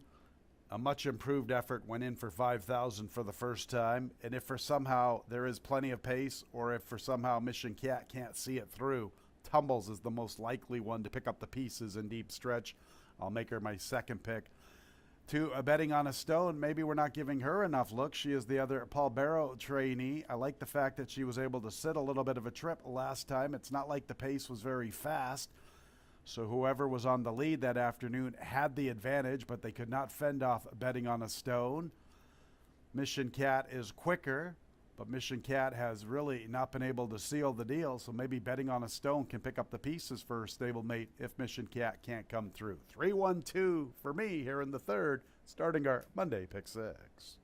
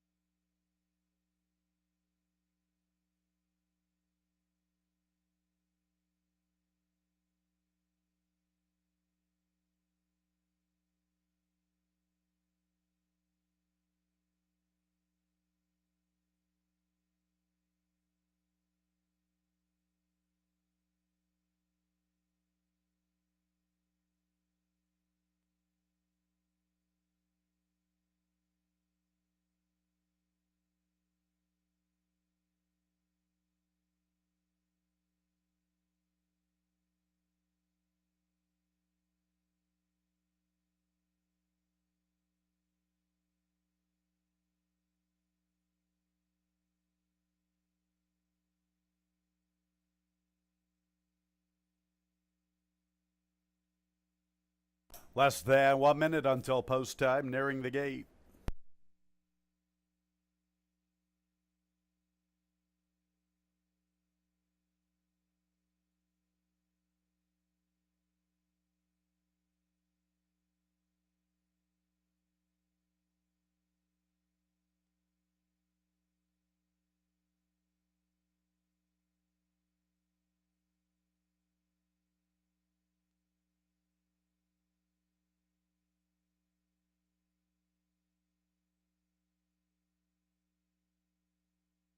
It's post time for the third race.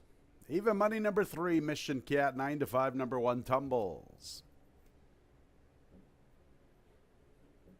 Tumbles, the first of 6 into the gate, 5 fillies, a 1 mare, the favorite, Mission Cat, the lone mare.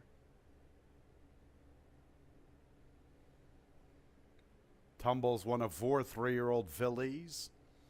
There's Betting on a Stone, stablemate to Mission Cat.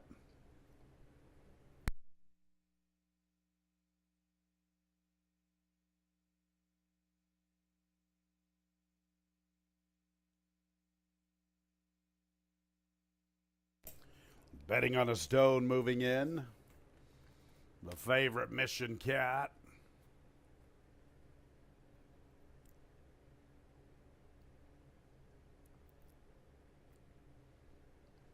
Inside 3 are in. There's Empress Pulpatine, coupled alone, Moulin Rouge and Summer Nitro.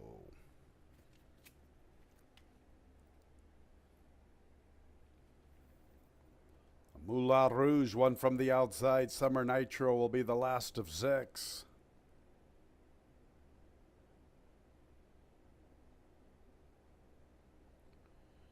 Ready for the Monday pick 6.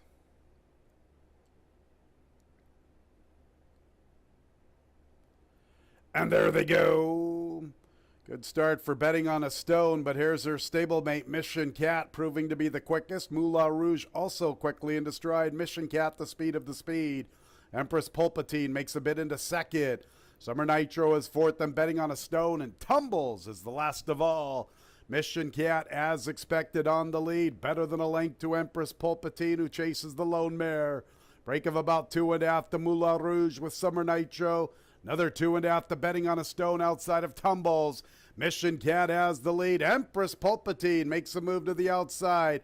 Mission Cat has the lead. Empress Pulpatine drawing on level terms.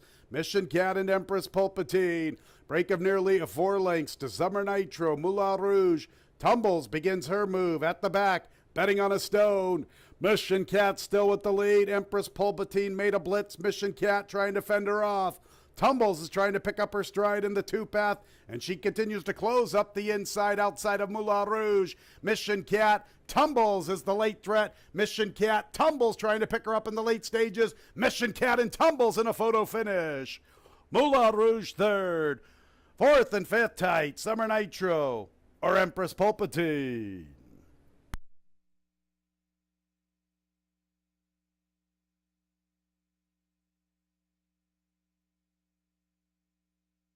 Got pretty tight on the line. Mission Cat and Tumbles, both even money in the wagering. Tumbles was actually sent off as the post-time favorite. 1 minute 7 and 91 100ths, the final time. Photo will determine the winner.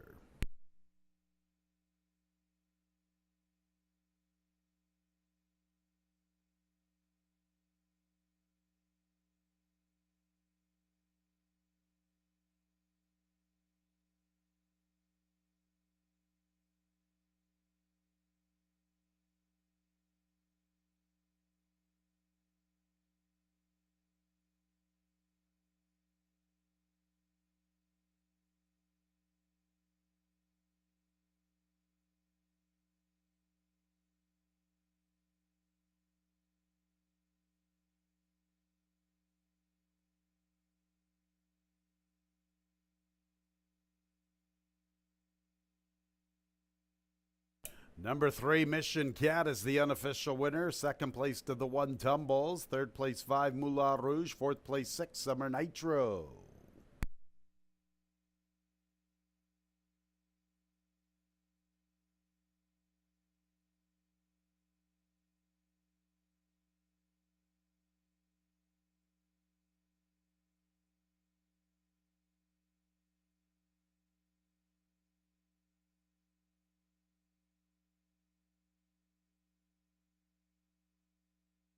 Mission Cat finally gets that elusive second career victory. She is a 6-year-old Gray-Roan mare by Mission Impossible out of the damn Cat Scratch Fever. Owned by Old Five Oaks Farm. Winning trainer Paul Barrow. Winning jockey Joel Cruz. Winner was bred in New York by Topsmead LLC. Third race is official. 3-1-5-6. The double 1-3, $11.80. A 3-1 exacta, $6.10. 3-1-5 trifecta, $5.15. A 10-cent super, 3-1-5-6, $4.62. Fourth race, 22 minutes away at 2:45. This race will begin the Monday pick 5. An overweight number 4, Ali Can Dance, 1 pound over. Fifth race, scratch 1, Party News. Seventh race, scratch 1, Under the Knife, part of the entry. 5, He's Got the Jack. Jockey change, John Davila Jr. In the nightcap, scratch 8, One Flashy Girl.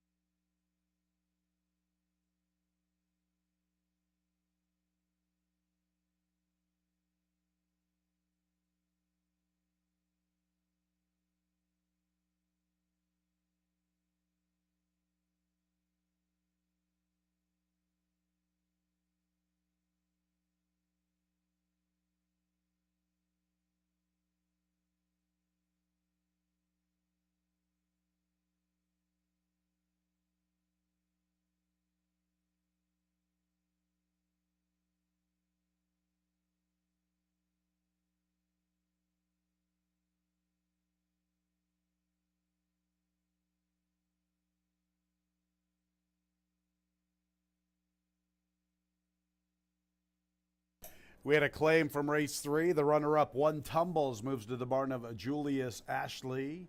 New owner, Willamea Zamad. Julius Ashley claiming One Tumbles. New owner, Willamea Zamad. Tumbles claimed out of the third.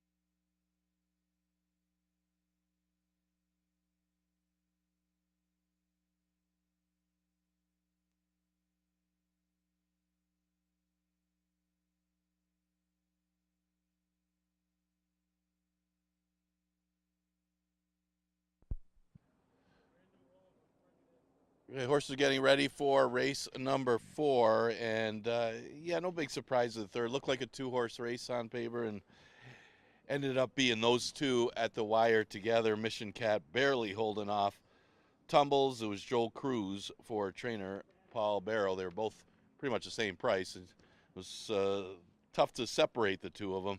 Mission Cat a little bit of a tactical edge, as was a little bit quicker than Empress Palpatine early. Fourth race goes the distance of 1 mile and 16, and probably the most wide open race of the day. I mean, most of these races you can narrow them down. Actually, the first few you can narrow them down to 1 or 2 horses.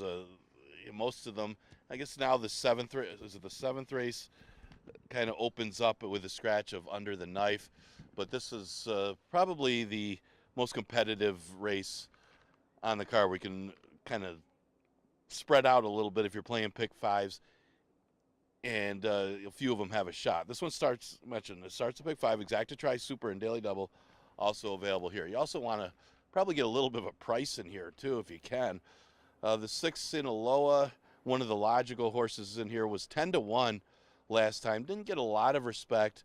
I guess there was some question marks about how this horse would run on the dirt. He did have one good effort in a sprint on the dirt and an off the turf event before that race, but he did run well. It was a slow pace, and he was with that slow pace, but he did put away the other speed. He just wasn't as good as Pot of Gold, and he actually gave that horse a little battle at the end, came back on a little bit before Pot of Gold pulled away by a length at the very late stages. Very well-bred horse by Good Magic out of a dam by Ghost Sapper. Different pace scenario today. He's only got Nemo's Fortune to worry about. That one's not that fast and actually has had no excuse, so he should be able to deal with that one. But again, one of a few that you can make a case for in race number 4.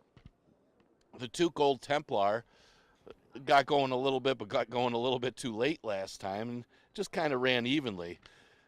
Wasn't a threat at any point of winning the race. He got a decent trip. The horse just didn't kick in till very late. Hard not to see him in the top 4 again today against a similar field. It's just his running style. He sits back and makes that one run, and he's been in this maiden condition now for a while, but he should be there. The numbers say he should be there as far as top 3 or 4 in race number 4. Right now he's a good price at odds of 7-1. Maybe you can get the right kind of trip in a race that doesn't have a real standout. The 4 Ali Can Dance showed big improvement last time with a 3rd place finish. I mentioned this horse made his move, was right with Gold Templar, made his move before Gold Templar made his, and they still ended up running close together at the end. Goes a little further, mile and 16th. He's got some room to improve in his 4th start and his 2nd time going along here at Finger Lakes. He did make his debut going a mile at Aqueduct. The other one I used in the top 4 was the 3 Nemo's Fortune. Liked this horse a few back because there wasn't any speed in the race, and the horse didn't go to the front end. They went 51 and 116, just kind of ran evenly, and then got in some trouble and ran 4th. Well, a little more aggressive the next time, and it paid off.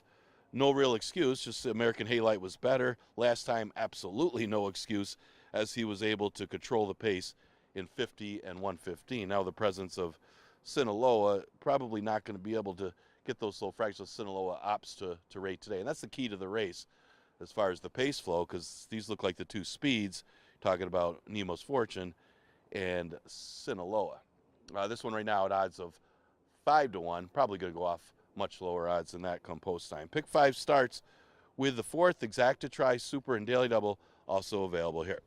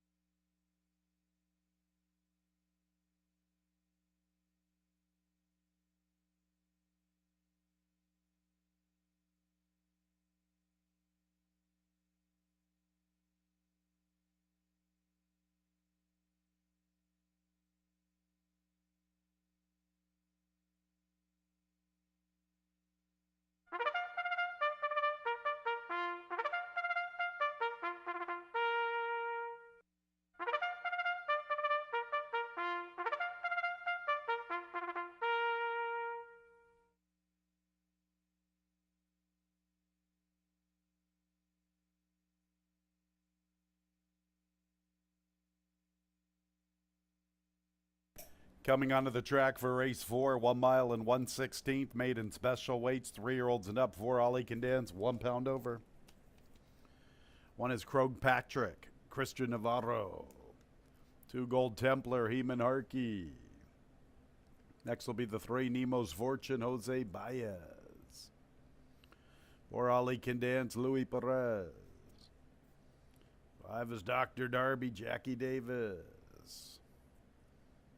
6 Sinaloa, Emmanuel Di Diego. 7 Dancing with Jake, Rafael Rohina Jr. 8 is Looking Grand, Joel Cruz looking for back-to-back winners. First leg of our Monday Pick 5, post time in a little more than 4 minutes. First leg of the Monday Pick 4, thought you needed several horses in this opening leg. 3, 4, 6, 2, my top 4 selections. 3 Nemo's Fortune. I like some of his company lines this season. Fiery Heart, Bustin' Credit, Street Cop Officer recently, American Halite before that. This is the 3rd consecutive start around the, actually it's the 4th consecutive start around the 2-turn distance. 2nd consecutive start at 1 mile and 1/16th, perhaps with that 1 mile and 1/16th race recently on the 22nd of August. He'll have a little bit of an advantage. I think Street Cop Officer would be awfully salty in this spot. Also like the spacing. Dana Saul's been doing good things this season, and she was able to get a win at Saratoga this summer. Nemo's Fortune has basically been racing once a month, a nice maintenance move in between. And the other 3 horses that I also selected all come out of the same affair. Sometimes I like to go looking for somebody that did not come out of a similar spot. That's Nemo's Fortune. I'll make him my top pick. He's 3-1 in the wagering. 4 Ollie Can Dance. This will be his 2nd consecutive start around 2 turns. He made a nice little move through the turn, somewhat flattened out just a little bit. Had every right to go and get Sinaloa, but could not. But that was Ollie's first start around the 2-turn distance. He'll benefit with that race under his belt. Liked what I saw from him on the 4th of September. I've got him as the 2nd pick. 6 Sinaloa makes a lot of sense. This will be a 2nd start over the surface. A lot of times here at Finger Lakes, horses improve with a race over the surface. His 3 career races before that were all on the tougher Naira circuit. 2 of them in turf sprints. The other one in an off-the-turf sprint on the 21st of July at Saratoga. He did improve quite a bit on the 4th of September, his first start here at Finger Lakes. He makes a lot of sense. And the 2 Gold Templar, throw him in the mix. If you like Sinaloa and Ollie Can Dance, Gold Templar kind of is right there with him. And look at the race 2 back. He was a beaten favorite in a race which featured Street Cop Officer. So Street Cop Officer comes out of that affair, gets to the winner's circle on the 22nd of August, and Gold Templar, the fans thought enough to make him the favorite over Street Cop Officer, and that's one of the reasons why I'm high on Nemo's Fortune in this spot. 3, 4, 6, 2, I would definitely use all 4 if I was playing our Monday Pick 5.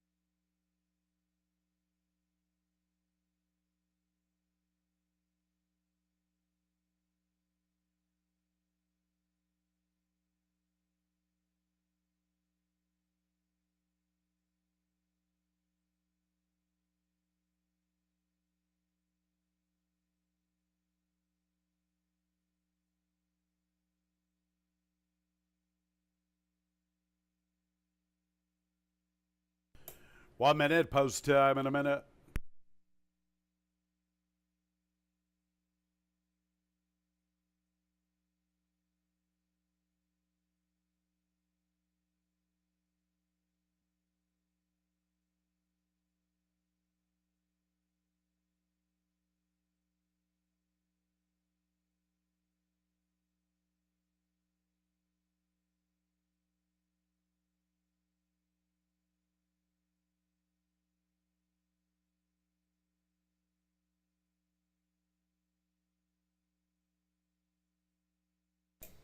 It's post time for the fourth race, the start of the Monday Pick 5. 3 Nemo's Fortune is the favorite on the board. 6 Sinaloa is the second choice. A field of 8 arriving at the starting gate. Dr. Darby will be the first one in.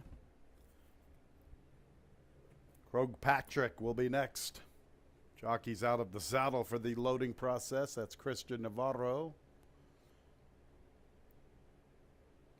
Krog Patrick, 1 of 2 for John Buckley, stablemate to Ali Can Dance. There's Gold Templar. Next will be the current favorite, Nemo's Fortune, Jose Baez. Here's the other Buckley trainee, Ali Can Dance. Ollie's acting up just a little bit behind the gate.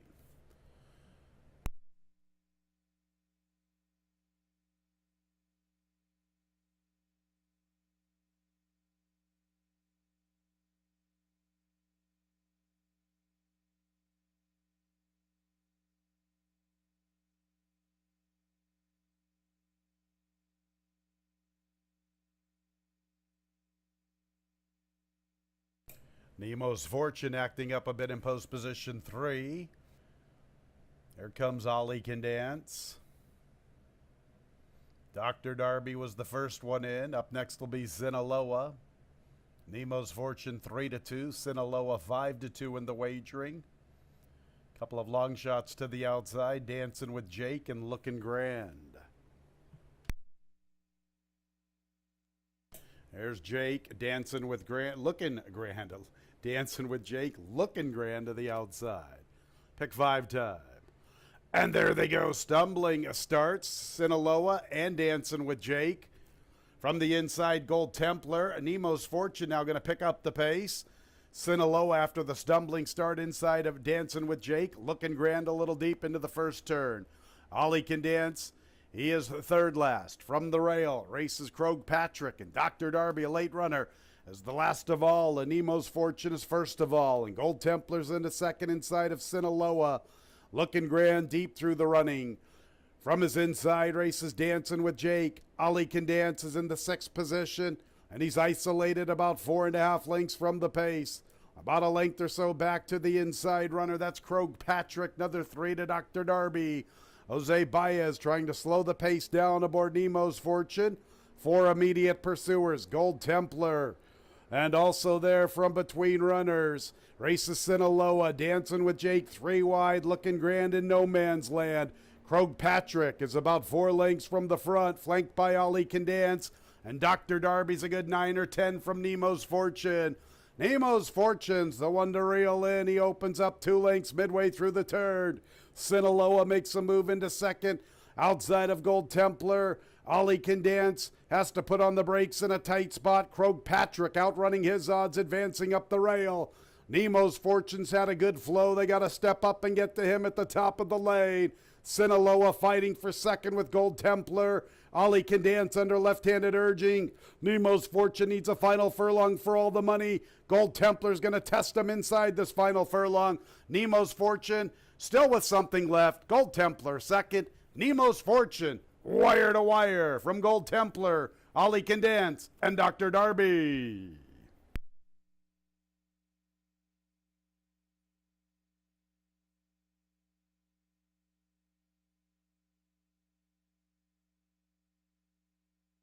$150 and 13/100ths the final time.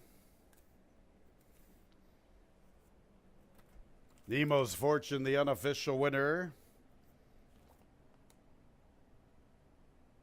Drifted up to 2-1. Late money poured in on the 2, Gold Templar. 3-2 post-time favorite. Watching the slow-mo, Nemo's Fortune, still with plenty left, all the way with the top spot. 2, Gold Templar. Second, third place for Ali Can Dance. And we need a photo for fourth. Please hold all tickets.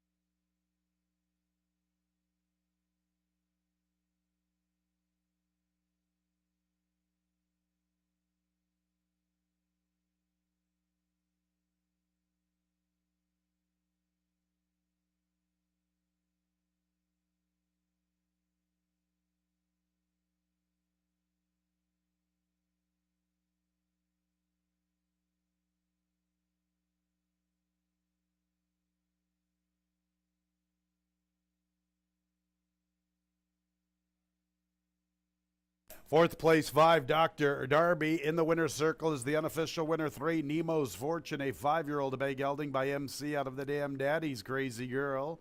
Owned by Ashley Lilly, winning trainer Dana Saul, winning jockey Jose Baez. Nemo's Fortune was bred in New York by Richard Nicolai. We have a couple of jockeys' objections. Both objections do not affect the unofficial winner. 4 against 2 and 1 against 2, both in the vicinity of the 3/8. At least that's what I believe I've been told. Couple of jockey objections. Louis Perez, jockey aboard 4. Ali Can Dance lodging an objection against Heman Harkey. Christian Navarro also lodging an objection against Heman Harkey.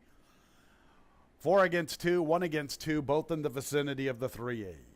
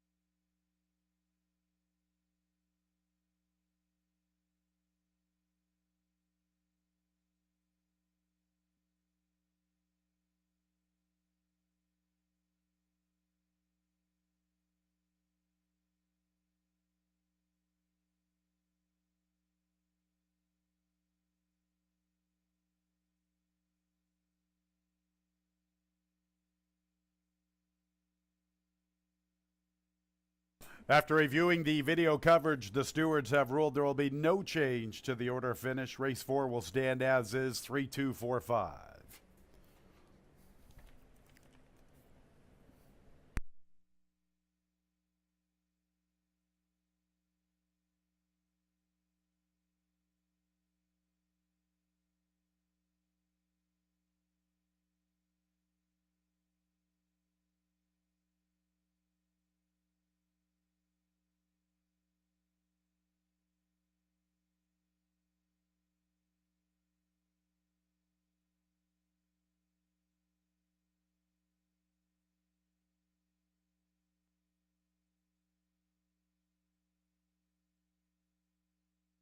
Race 4 is official.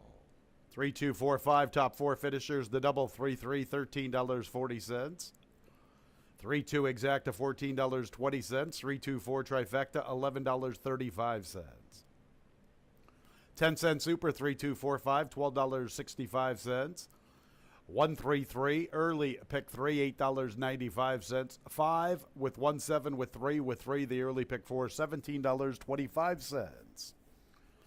Fifth race, Scratch 1 Party News, part of the entry. Our fifth race starts the late pick 4, post time in about 17 minutes.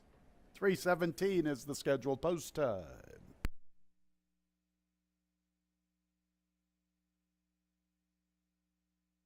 Make plans to join us 1 week from today. Big day of racing with some 2-year-olds in action. The Aspirant and Lady Finger looked at the overnight. A lot of good jockeys coming in from New York.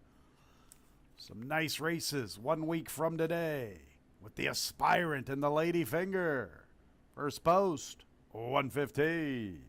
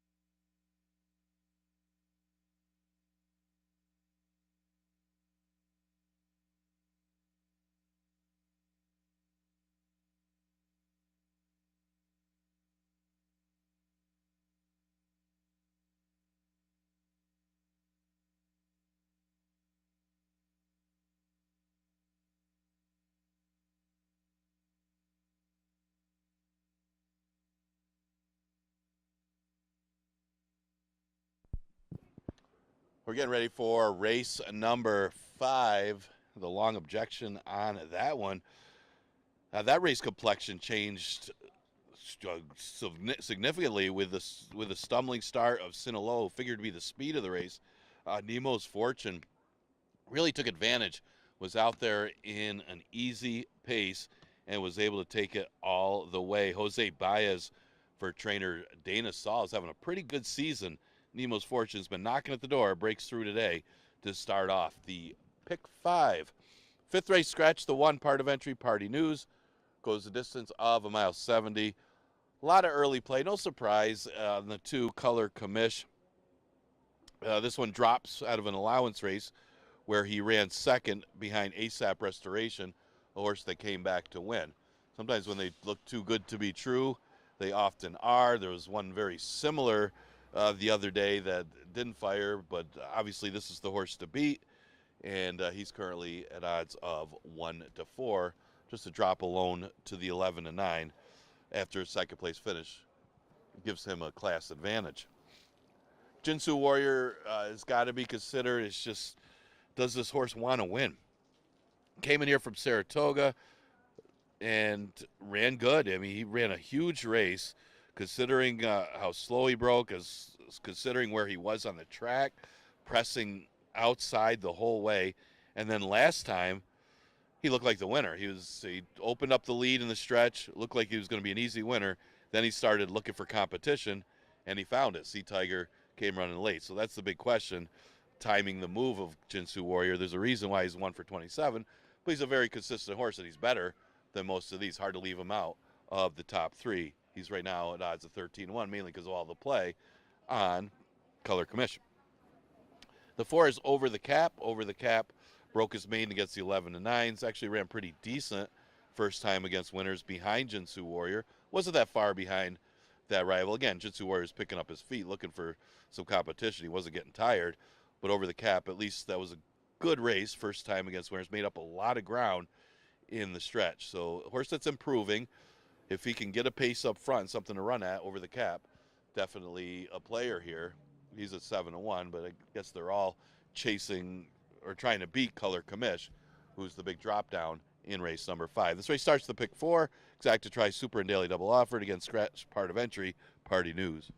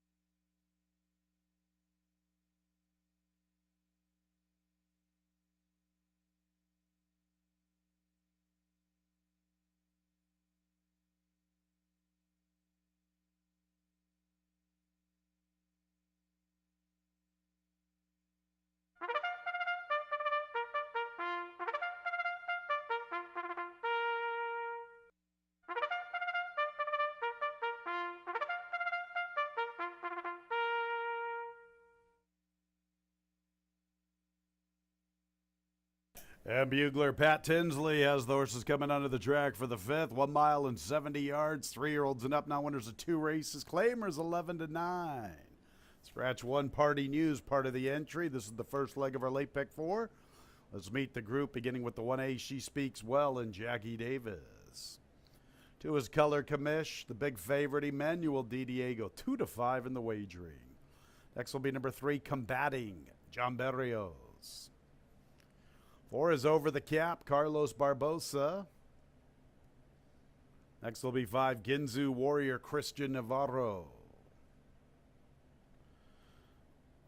6 is Hutch, Kevin Navarro. And 7 is Hardly Working with Heeman Harkey. That's the field of 7, the 5th race, in a little more than 4 minutes, starting the late pick 4. Another chalky selection here, 2 Color Commish, probably the horse to beat. Back-to-back 70s. I'm not a buyer guy by any means, but those 70s, those back-to-back 70s, they stand out against this group. Jeremiah Englehart for Aaron Racing Stables.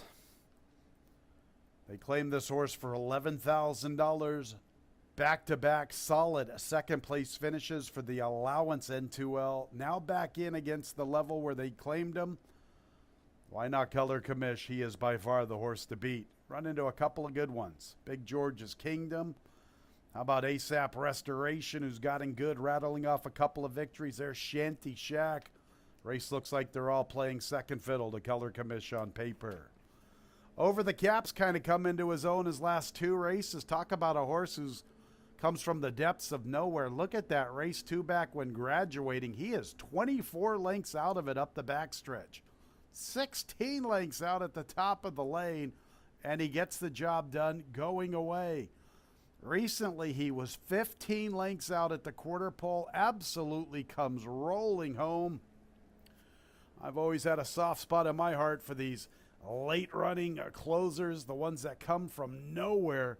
As old Ross Morton used to say, from downtown Canandaigua. Here comes Over the Cap. I'll make him my second pick at 7-1.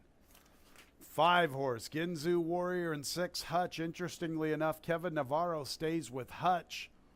Boy, I've been on Hutch's bandwagon for quite some time, and he has not been coming through here in 2023. I think it's a vote of confidence, a vote of an endorsement vote here by Kevin Navarro sticking with Hutch over Ginzu Warrior. But on paper, looks like Ginzu Warrior ran a better race. 5 and 6 underneath the 2 and the 4. Color Commish, the one to beat. Looking forward to watching Over the Cap really stretch his legs in that final quarter of a mile. See if he can come and catch Color Commish to start our late pick 4.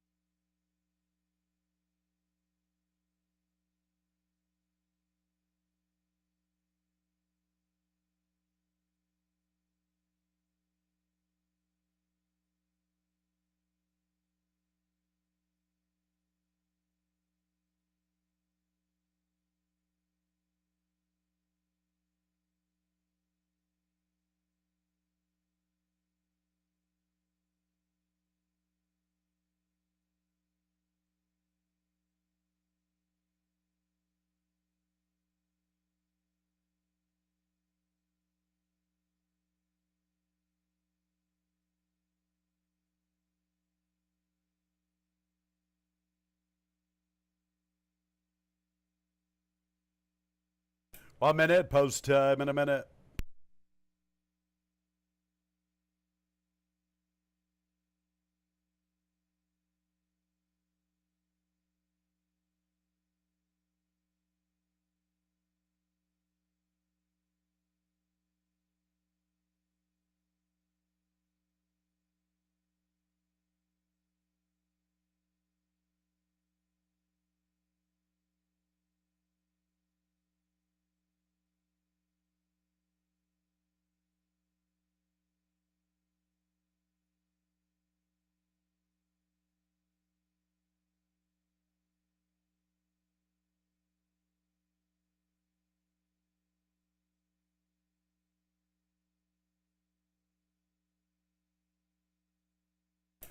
It's post time for the 5th race. Big favorite, the 2, Color Commish, 2-5. 5 over the cap, 4-1. Field of 7 arriving at the starting gate. Here's the heavy favorite, Color Commish. Combating will be next. Over the cap.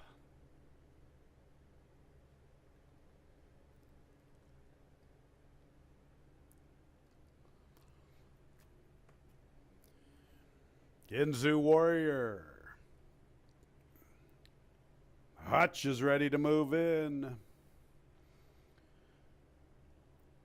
Couple to load, hardly working, and she speaks well. Big shout out to Pat Tinsley. Pat's at the satellite facility in Vallejo, California. Vallejo, California, the Solano County Fair back in 1994. That was my first ever professional race call. Big shout out to Pat Tinsley. They're at the post for the 5th. And there they go. Color Commish was a little fractious before the start, but he's up close to the action. Hutch wins the start. Here is Ginzu Warrior, and Color Commish attends the pace from the inside. Over the cap, much closer than normal, racing inside of Hardly Working. She Speaks Well is a second last, and Combating is doing his best over the cap impersonation at the back marker. So with the top spot, it is Ginzu Warrior from the favorite, Color Commish. Hutch will set up shop from 3rd. Hardly Working's in the 4th position, and he's about 4 lengths off the lead. Nearly 5 lengths to Over the Cap, who's 9 lengths from the pace. Pretty strung out group. Another 4.5 back to She Speaks Well. And it's about 4 lengths to Combating, the last of all at the 5/8. And Ginzu Warrior, it's the first of all. Takes him up the backstretch run, working with 2 lengths from both Hutch and Color Commish. Hardly Working, still about 4 lengths off the lead. Long ways back to Over the Cap, who now picks up his stride. He's about a length or so in front of She Speaks Well. Combating is the last of all. 48 1/5 for Ginzu Warrior, getting all of the attention. Color Commish is a little even paced from the rail. Here's Hardly Working, outrunning his odds. He makes a move into second. Ginzu Warrior's the leader. Hardly Working tries to quicken in with Hutch. Color Commish needs to giddy up. Over the Cap and She Speaks Well are both picking up their strides, but they're a long ways from the front. It's Ginzu Warrior with the lead. Ginzu Warrior has the lead. Over the Cap begins to roll to the far outside with She Speaks Well, but Ginzu Warrior's built up a big healthy lead. Over the Cap, who loves to close ground, is into second from She Speaks Well. Ginzu Warrior with the lead. Ginzu Warrior Over the Cap late on the scene. Ginzu Warrior, desperate but not defeated, hangs on from Over the Cap. And I'm going to She Speaks Well. Color Commish, come on, man, a distant 4th.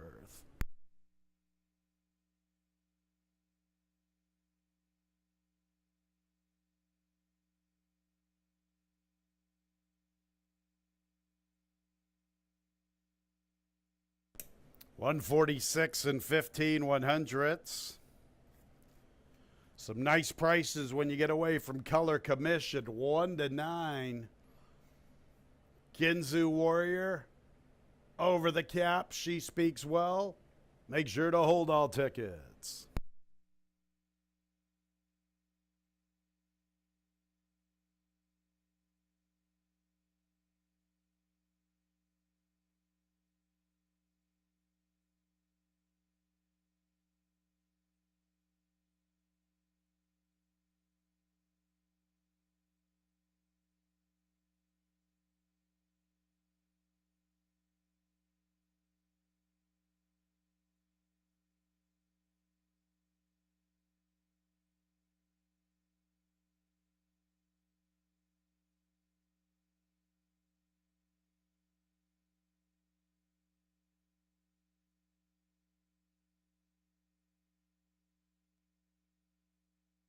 5, Ginzu Warrior hangs on for the victory. Second place, 4 Over the Cap. Third place, 1A, She Speaks Well. Fourth place, number 2, Color Commish. 5, 4, 1A, 2, top 4 finishers.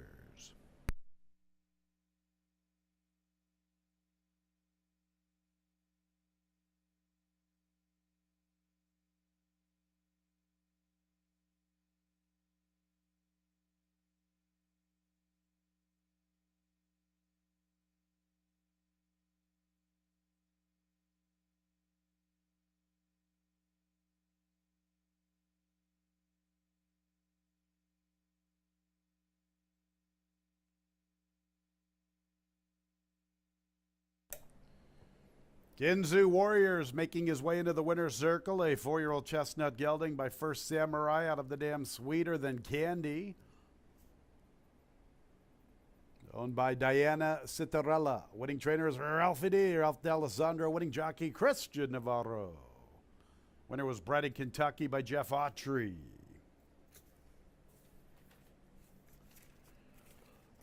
And race 5 is official. 5-4-1-8-2. The double 3-5, $52.50. How about that exacta 5-4, $133. 5-4-1 trifecta, $172.25. 10-cent super 5-4-1-2, $67.55. The pick 3, 3-3-5, $26.75. No changes in race 6. Race 6 will start our late pick 3. 20 minutes away at 3:46.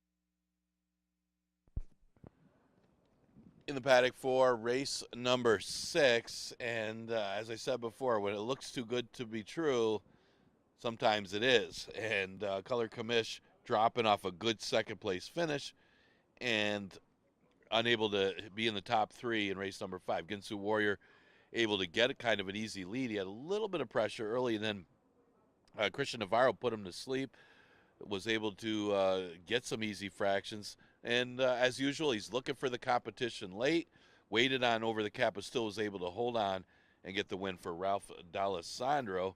I guess if you go too deep, you will have a nice payoff in your pick 4 or pick 5, because that one ended up 9-1 because Color Commish took all the money at odds of 1-9. 6 race and allowance race goes the distance of 1 mile and 1/16th, and you see some early play on the 1 Horse Be With You. Not overwhelming as far as the numbers are concerned, but very well bred horse is a half to I Love Lulu, who was second in the New York Derby back in 2014 behind Empire Dreams. This one did have some route experience, actually ran 1 mile and 1/8, a little bit further than the distance today, and won that race back in March. That's at Parks, followed up with a second place finish. Only star here was against the very sharp Fiery Heart, where he ran 3rd going 6 furlongs, so stretches back out. Now he goes different distances. Obviously he can get this distance, and he's going to be a strong player in here. Again, numbers wise, isn't a lot better than this field, but certainly can contend, and he's got a little bit of some recent good races that will puts him right there in the mix. Horse Be With You, currently the favorite at 4-5. The 6 horse is Honorable Avenue, who's currently at odds of 4-1. Does have some good early speed for the distance, and comes out of a race won by CJ's Grand Slam. The horse has won 3 in a row.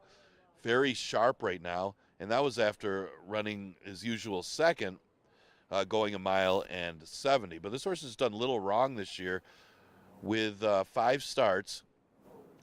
4 of them are top 3 finishes. The one time he didn't finish in the top 3 on the board was in a tough allowance race where he chased and then ran into a 47.5. So understandably tired against a good one in Dates Freedom. This seems to be actually a little bit easier than a couple of those claimant races that he comes out of. So Honorable Avenue, another top 3 threat again in here. Hard to see him not in the top 3. The 3 Kong Loves a Fight. It wasn't a very fast time last time, but he beat a couple of favorites in there that were trained by Engelhardt. And the thing is, those horses haven't really run well since that race. So you just saw Bingo John last week burnt some money. Of course, you saw that horse in the last race burn some money too. But he came out of nowhere last time to close ground. He does have a win at the distance, but he was got to run a little bit better against these if he's going to win here. He is taking some early money at 5-2. Macetta's an interesting one. He had a troubled trip last time, got caught behind horses, made his move too late, or he would have been second. He wasn't going to beat the winner no matter what. It was a runaway winner in that race, but he does have a win at the distance, a long shot to consider to be in the top 3 or 4, although right now the big favorite is Horse Be With You. Exacta Tri Super, Daily Double, and Pick 3 offered in race number 6.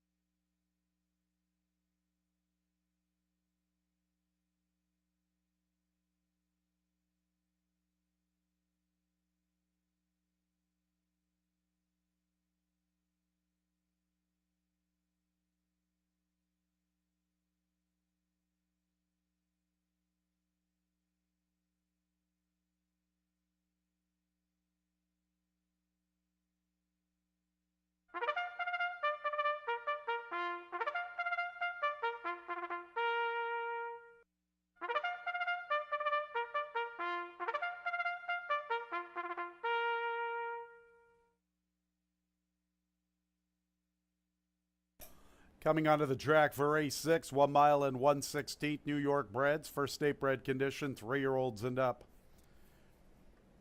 One Horse Be With You, John Davila Jr., even money favorite. 2 is Mazetta, Kevin Navarro. 3, Kong Loves a Fight, Jeremias Flores looking for a riding double. Christian Navarro's looking for 2 in a row. He pilots 4 Ringgood. 5 is Jacoba Emmanuel Di Diego. 6 is Honorable Avenue, K. Bercoa. Honorable Avenue recently raced without blinkers. No blinkers again this afternoon. And 7 is Co-Conspirator, Nazario Alvarado. Field of 7. Race 6 begins our late pick 3 post time in about 3 minutes. Late pick 3 time, once again, 6 Honorable Avenue, recently raced with no blinkers. No blinkers again this afternoon. 1 Horse Be With You, my top pick, top trainer, Chris Englehart.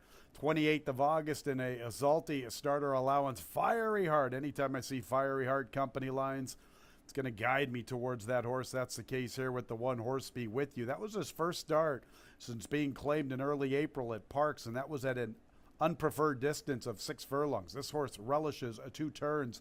He's good enough to win at 1 mile and 1/8 at Parks on the 22nd of March. I know it was against N4Ls, but this is 1 mile and 1/16. It's a pretty good distance here at Finger Lakes. Could separate the men from the boys when it really counts, and we know Horse Be With You can get 1 mile and 8, so he shouldn't have any problem getting this 1 mile and 1/16. He can be forwardly positioned. He will save ground under the Finger Lakes Hall of Famer John Davila Jr. I think he's the horse to beat. He had trouble in that 6 furlong affair against a very, very good horse named Fiery Heart. 3 Kong Loves a Fight is hoping for some pace. He did some pretty good running when stretching out on the 14th of August. That was his 2nd consecutive race around 2 turns. You know, you look back in his form back in January, and he runs a distant 2nd at 1 mile and 1/8 at Aqueduct against a repeat winner. Last time out, it's not like they flew early for him. They went 24-4, 49-4, and 14-2. This is a horse hoping for some pace. He could get it. Macetta has been forwardly positioned throughout his career. Likewise for Ringgood. Honorable Avenue likes to go. Co-Conspirator definitely showing pace from the outside. Maybe Kong Loves the Fight gets a very true pace. He enters this one on a positive note. Good spacing. He's been away for a month, and he has a nice 48-2 change work in between. Kong Loves a Fight for 2nd. 6 Honorable Avenue, as mentioned earlier, recently raced without blinkers. Blinkers off again this afternoon. It's a pretty nice racehorse. Doesn't win very often. 3 for 42 in his career. 13 seconds, 7 thirds. Coming back a little quick for my liking, but hey, I'm not the trainer. 5th of September, now on a short turnaround on 13 days. Honorable Avenue, my 3rd selection. And 7 Co-Conspirator. Which Co-Conspirator will we get? The one that showed up first time at Finger Lakes on the 3rd of July, or the one that's been running somewhat disappointingly of late? We'll see. He gets the blinkers off this afternoon. Macetta's worth talking about a little bit. Thought he had a troubled trip on the 4th of September. This is a horse who was good enough to win some races at Turfway Park earlier this year. If you can win at Turfway Park, I don't care what the condition is. Those horses carry their form throughout the country. Another one to think about. Pretty wide open 6th. Got to beat the 1. Horse Be With You, the big favorite on the board at 3-5.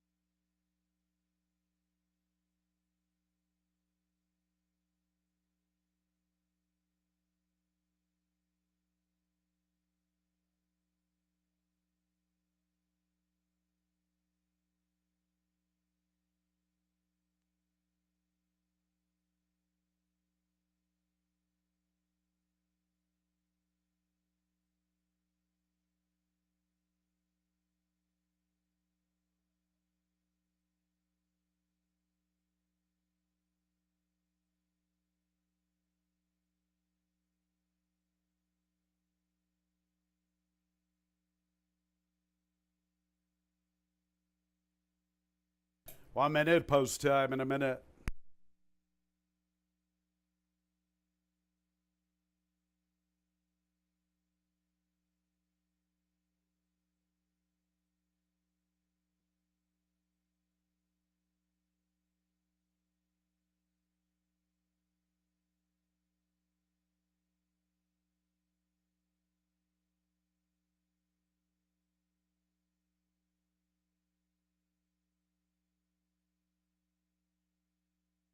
Nearing the gate.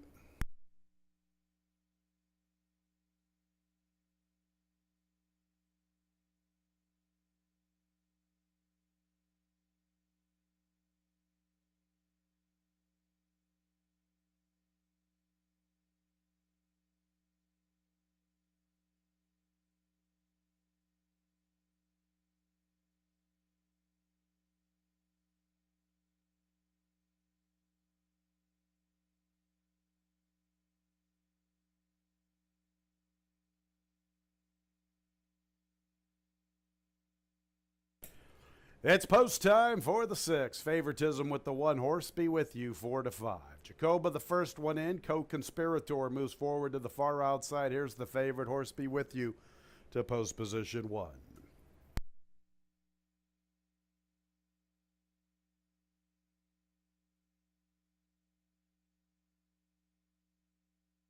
Long shot, Meseta. Kong loves a fight, looking for 2 in a row. Ring Good will be next. He's the biggest price on the board at 40 to 1.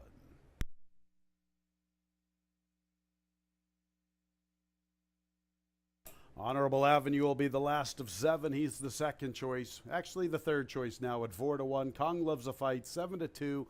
Horse be with you, the big favorite, 3 to 4. Ready for the race.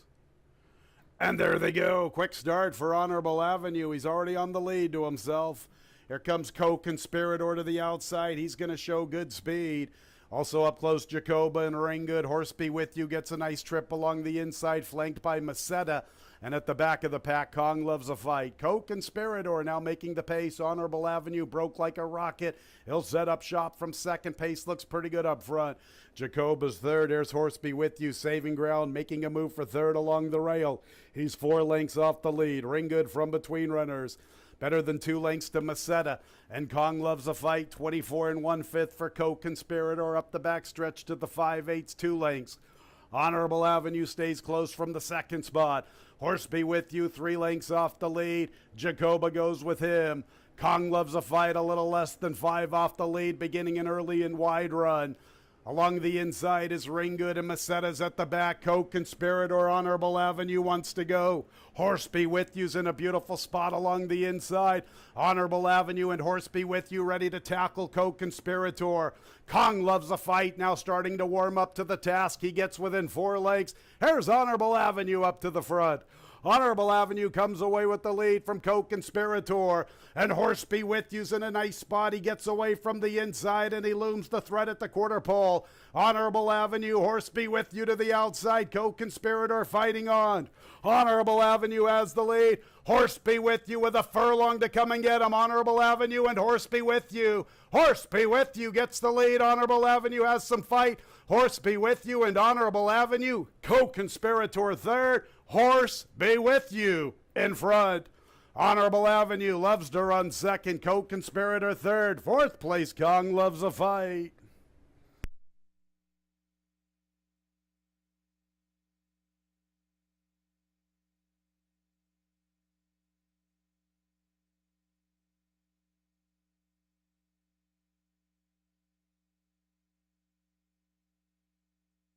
$147 and 96 100ths.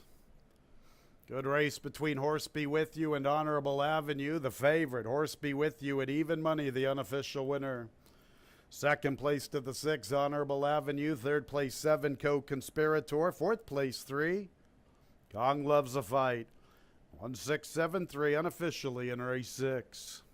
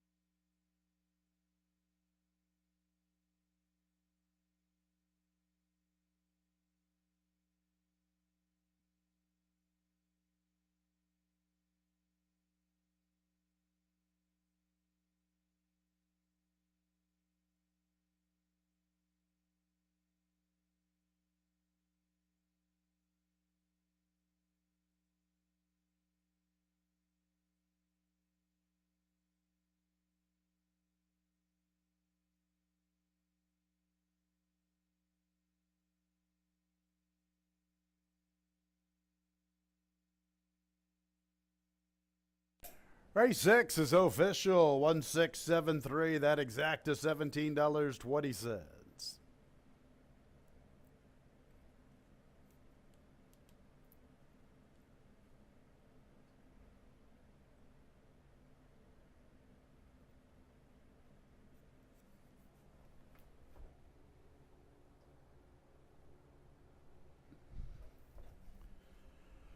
Horse Be With You, his fifth career victory, a 5-year-old Grey Roan gelding by Liam's Map out of the damn honky tonk trick.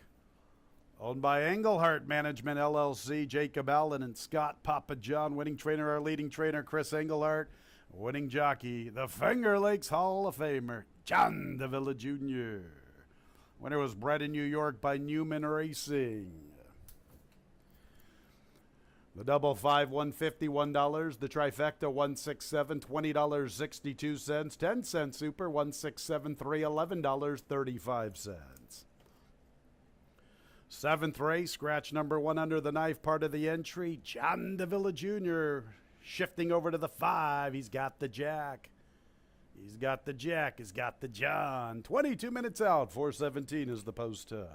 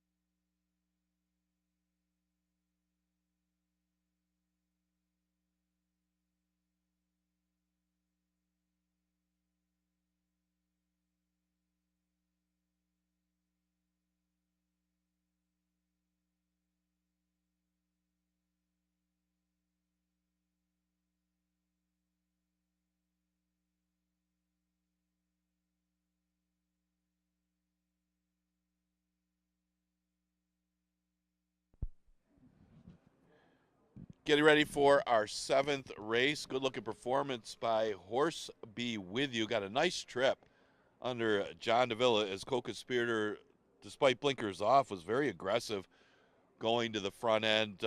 Him and Honorable Avenue were actually battling a little bit in the late stages, and Horse Be With You had a nice trip and was able to go by both of them. John Davila for trainer Chris Aguilar. We scratched the one part of entry under the knife, kind of a significant scratch in here. John Davila, who was originally on under the knife, he'll go to He's Got the Jack. And, you got the 1A still predicted. You'd like this entry a lot more when you get both of them, especially with under the knife. But predicted does have his credentials as well. He's been off since May, though, even though he's got the numbers to win here. He broke his maiden back in May against $40,000 maidens at Belmont. That's not restricted for New York breds. That's 40,000 maidens. So his only race against winners was against claimers in a turf race. Guess you can forgive that one. He does have some breeding for the turf, but actually not badly bred for the dirt, and he's some better races are on the dirt. He's a full to Sweet Loretta, who is a grade 1 winner. So predicted has his credentials, but downside is he's been off since May. The 3-horse is Tacony Road. We'll go first-time Lasix. Looked good breaking his maiden. Did get away a little bit as some poor tactics by to an entry in there, and then was overmatched in the New York Derby. Last race, he was also overmatched by Jack and Bernie. Now, there's no such rivals like Allure of Money Going Long or Jack and Bernie, who's in a really nice race coming up on Monday. But Tacony Road is out of Finger Painter, who's a really nice filly here at Finger Lakes. The 2-horse is Shorts in the Winter. Man, this horse fell far back early as he was taken back in that race and made up a lot of ground making a middle move, and then flattened out after making that move as Flowing River wasn't coming back to those rivals. It was a good effort, and Shorts in the Winter has 2 straight third-place finishes. It's all about the kind of trip that he's got to have if he's going to have that one run, because they tried something different last race by coming from way back, and the move might have been just a little bit early. Exacta Tri Super and Daily Double offered in race number 7. You got about 6 minutes to post.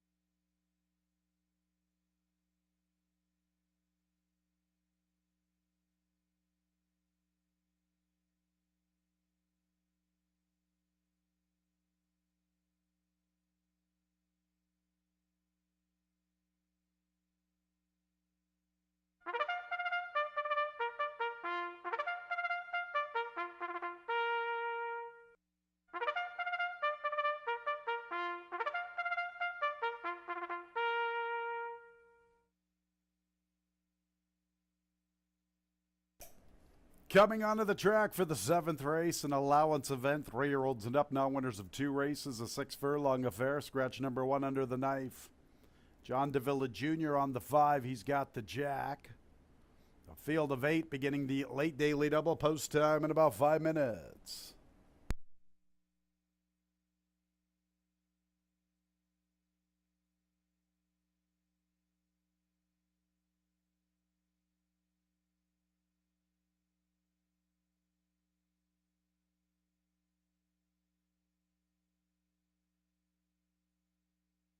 There's the field beginning with the 1A Predicted and Heeman Harkey.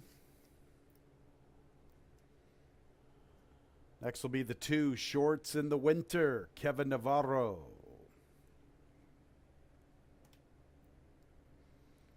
3 is Tacony Road, Nazario Alvarado.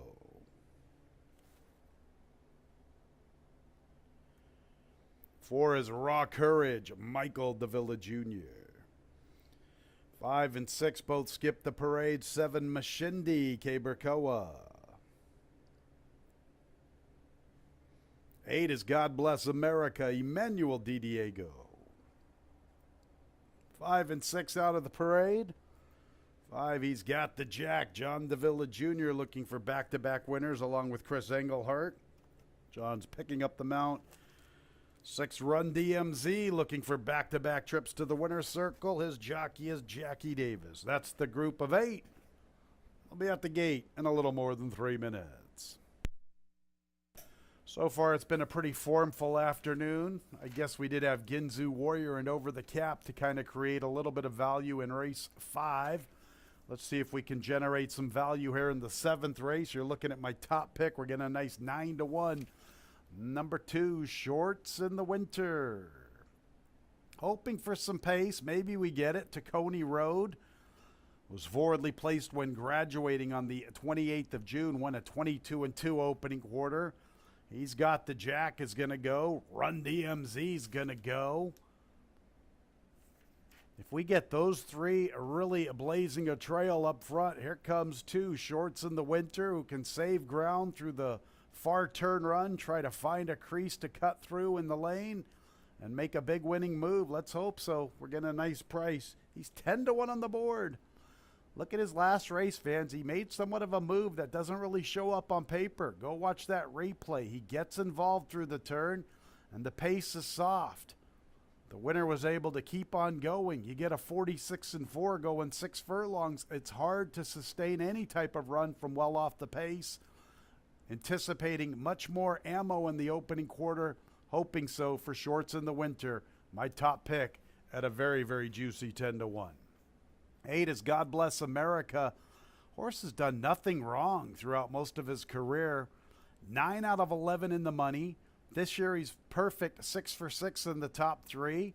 1 victory with all those seconds in that 3rd place finish. Look at this horse. He just graduated 2 races ago, and he's already made $45,000. How can you go right? How can you go wrong when you got Jimmy Wright in your corner and Emmanuel Di Diego?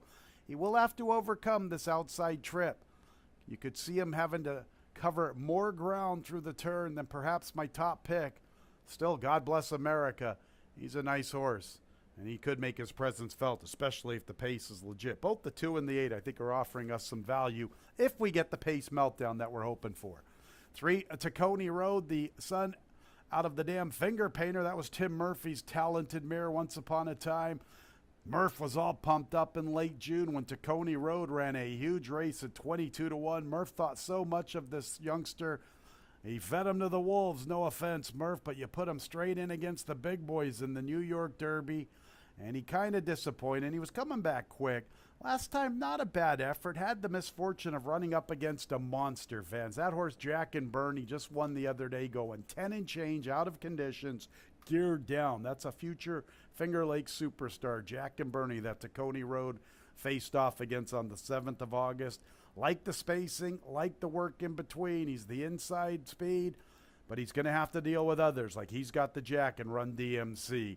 2-8-3. I'm hoping for a pace meltdown. Hope they really go quick through this opening quarter. 2 and 8 could be the 2 to benefit from it the most. We shall see. Race 7 starting our late daily double.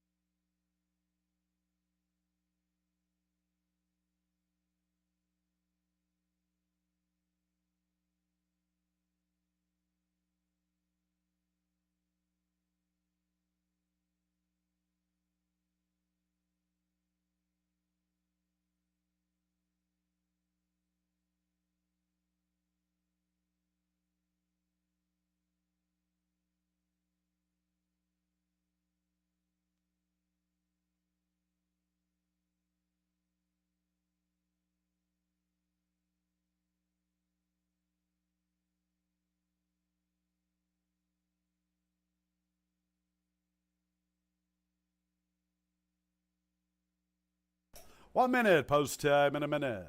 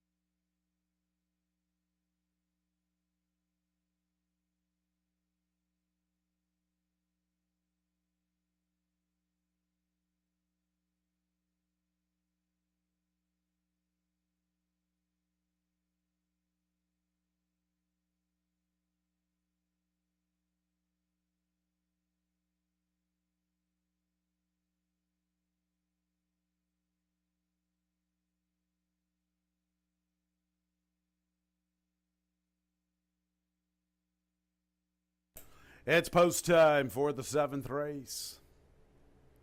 A lot of money on the 1A predicted. 2-1. 5, he's got the Jack, and 8, God Bless America, both 7-2. 6, Run DMZ, 5-1 in the wagering. 8 at the gate, here's Shorts in the Winter to the inside. Tacony Road will be next.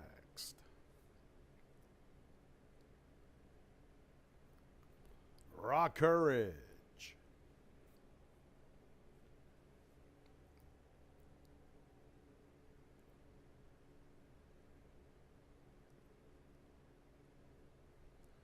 He's got the Jack. Run DMZ. Mashindi. The favorite predicted. And God Bless America. They are the last 2 to load.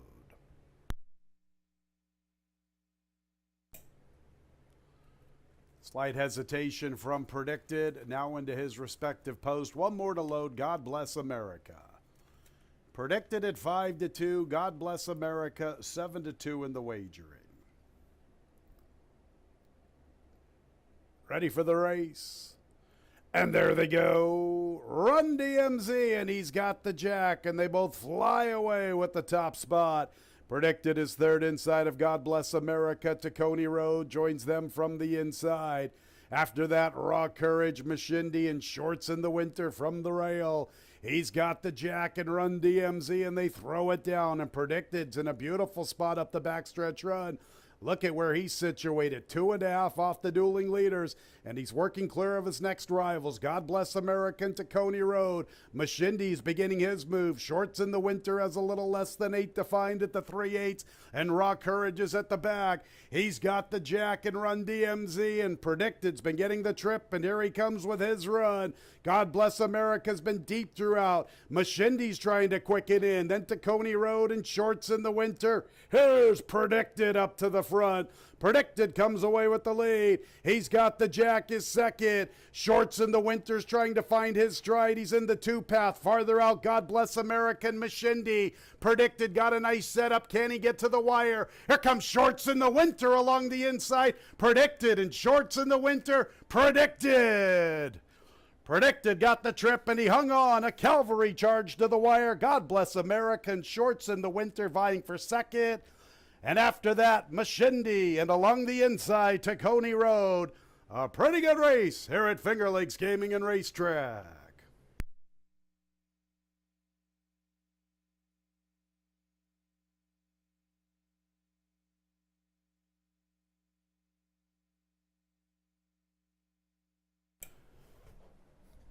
Pretty good 7th. Predicted was in a beautiful spot. Nice ride by the He-Man.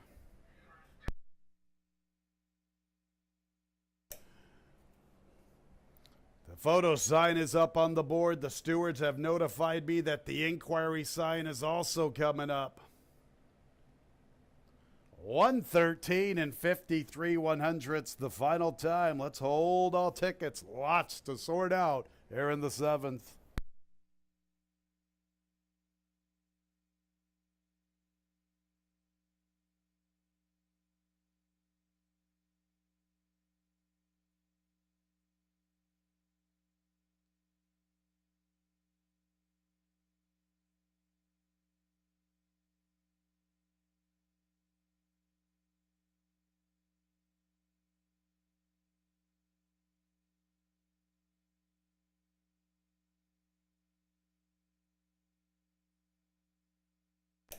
In addition to the steward's inquiry, we have a jockey's objection. Emmanuel Di Diego, jockey aboard 8. God Bless America has lodged an objection against Heeman Harkey.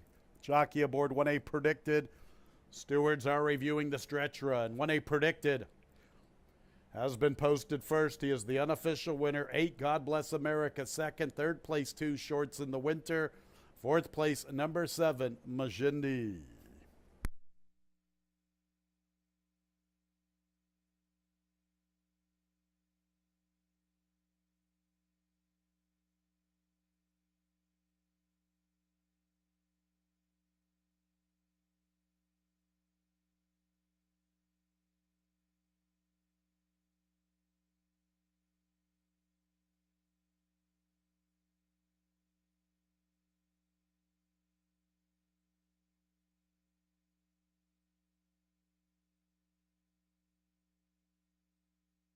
Here's the unofficial winner, the 1A Predicted.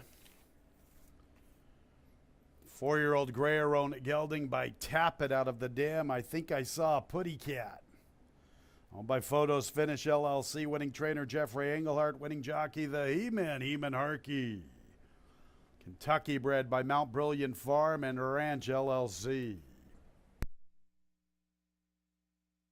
Steward's inquiry, jockey's objection, 8 against 1A. Make sure to hold all tickets.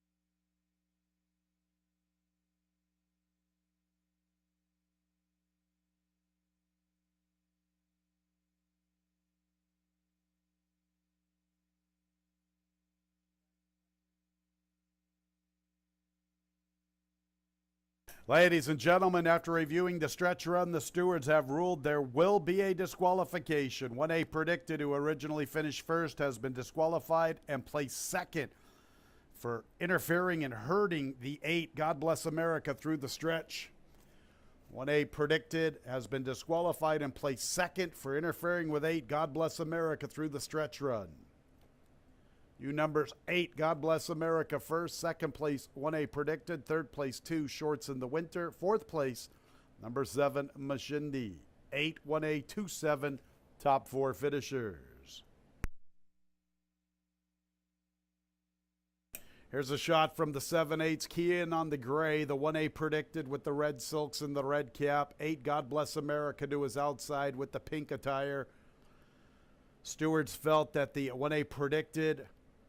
Heeman Harkey herding the 8, God Bless America. Stewards felt 8, God Bless America, never got a chance at a proper placing, thus resulting in the disqualification of 1A predicted from first back to second. Stewards felt that the 1A predicted did cause enough just to affect the placing. 8, God Bless America, moved up to the top spot. 8, God Bless America, now first. Second place, 1A predicted. Third place, 2 Shorts in the Winter. Fourth place, 7 Mashindi.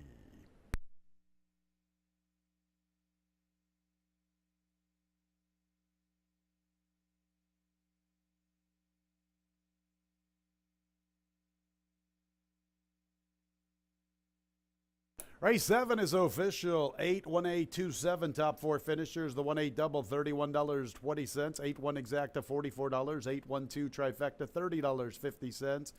8, 1, 2, 7, the 10-cent super, $45.30. One more race to go on the Monday card. Scratch 8, 1 Flashy Girl, 5 Wine Trail, 4 pounds over. Our Monday nightcap in about 19 minutes at 4:50.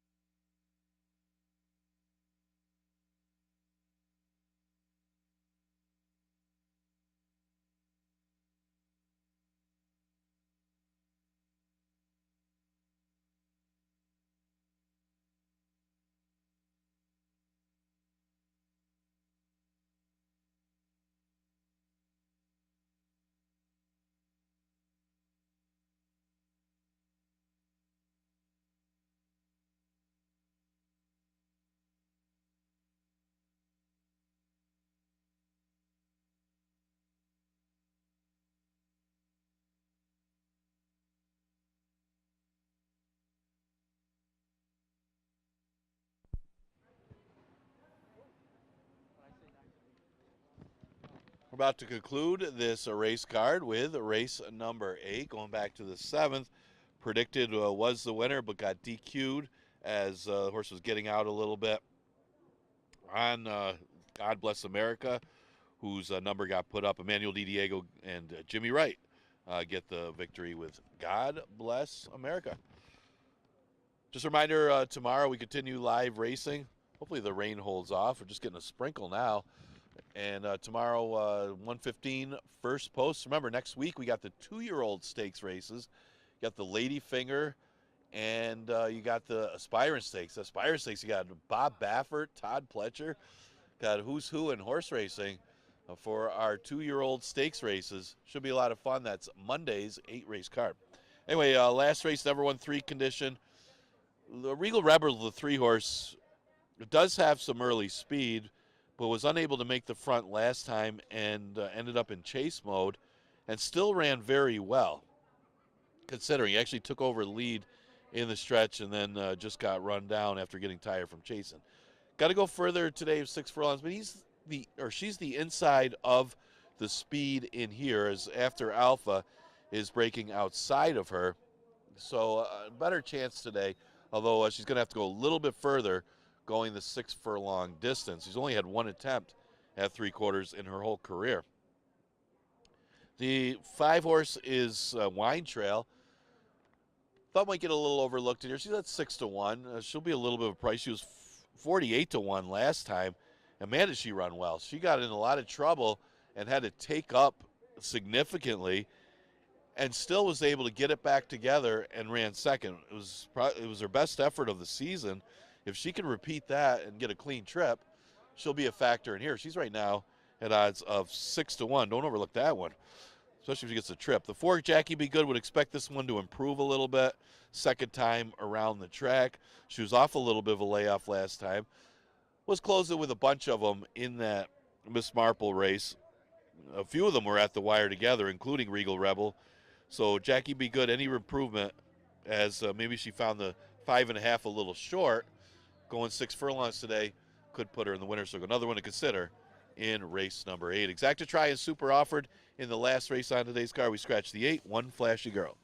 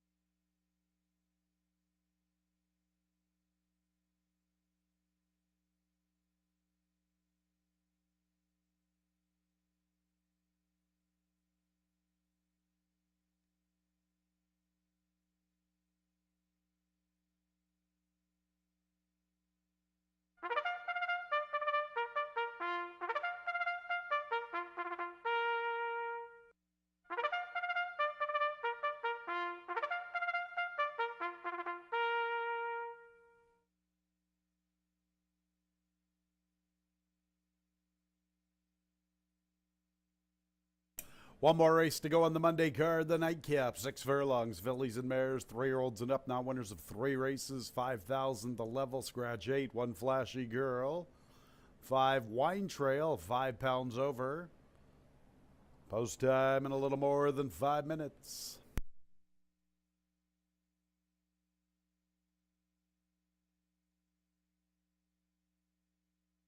Here's the field, beginning with number 1, Ever Graceful, Carlos Barbosa.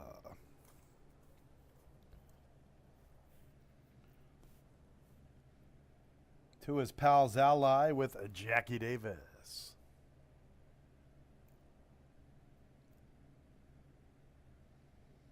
Three is Regal Rebel, Cabercoa, the current favorite at 2-1. 4 is Jackie Be Good, Michael Davila Jr.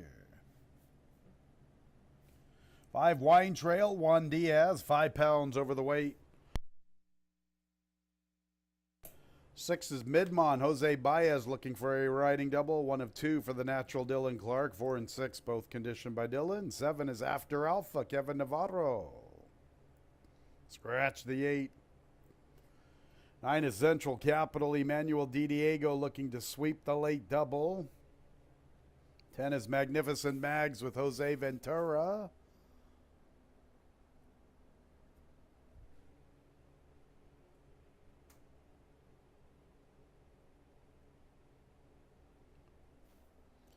That's the field for our Monday nightcap. Post time in a little more than 3 minutes.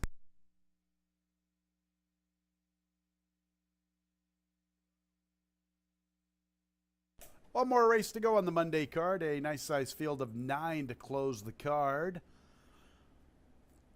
1, 3, and 4 are covered in our pick 6. If we can get anybody home other than the 1, 3, or 4, we'll have a 2-day pick 6 carryover better than $5,000. 2 Pals Ally is the only one uncovered in our Monday pick 5. So if Pals Ally could spring this upset, better than $24,000 for a pick 5 carryover on Tuesday's program. 115 first post, and don't forget fingerlakesgaming.com. Click on the racing tab, scroll on down to free digital program. Free programs all season long, full past performances, Lucky Lake selections, great owner or great jockey and trainer statistics at the back of the program. They'll be online about 5:30 or 6 o'clock. Field of 9 here in the nightcap. Regal Rebels, my top pick. She was my top pick on the 5th of September and ran very well. Just got caught late, missed by a neck. Prior to that, she looked good, winning on the 23rd of August. She's in good form. 3 out of her last 4 races have been solid. In fact, 4 out of her last 5 have been solid. Let's just forget about her initial test against winners. And those 4 races surrounding that subpar effort are all good enough to make her very competitive in this spot. Not getting a great price at 2-1, but it could be good enough. You know, if you give me 2-1 right now, I think I'd lock in on her. A little bit lower, then we got to go searching, I guess. But she's the player, no question about it. How about 5 Wine Trail? We're not going to get anywhere near the price we have the last 2 races, but she has had 2 troubled trips. On the 2nd of August, she was along the rail, and a lot of times with fillies and mares, and just any horse in particular, they're going to check themselves out of very tight spots in sprints heading into that 3/8. That was the case with Wine Trail. Ran a decent 4th thereafter. Last time out on the 21st of August, and man, I was so upset with myself that I forgot to mention the trouble trip she had on the 2nd of August. She almost rocked him at 48-1. If you thought her trip on the 2nd of August was tough, go back and watch the replay on the 21st of August. Took up sharply at the quarter pole. Otherwise, I think she's probably going to win.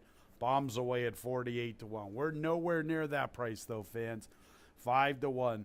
But kind of like the favorite. You know, if you forget about the race on the 19th of July, 3 out of her last 4 races have been much better than they had been prior to that. She seems to be coming into her own as a 5-year-old. 5-1 for Wine Trail. The One Ever Graceful is another one who's in good form. We talk about this throughout the analysis during the last couple of seasons. Sharp horses win races, fans. You want horses in good form. That's usually what translates to getting the horses to the winner's circle. I know the big long shots jump up once in a while with efforts that you haven't seen in quite some time. But more often than not, a sharp horse is going to win the race, and Ever Graceful is into that. She's one of the sharp horses here. Her last two have been solid, and she's obviously getting a lot of support at 7-2. And then you get the 4, Jackie Be Good. Been a tough season for my boy Dylan Clark. Only 2 for 91, a bunch of seconds and a bunch of thirds. I know the kid can train a lot better than the stats show. This is the second time this horse is running over the Finger Lakes surface. Coming back a little quick, though. 13 days rest after a long, long layoff. But if you like Regal Rebel, she's right there with that one. Just has to overcome this short turnaround after being away for quite some time. 3-5-1-4 for me here in our Monday nightcap. Wrap it all up here in a couple of minutes. First post tomorrow, 1:15.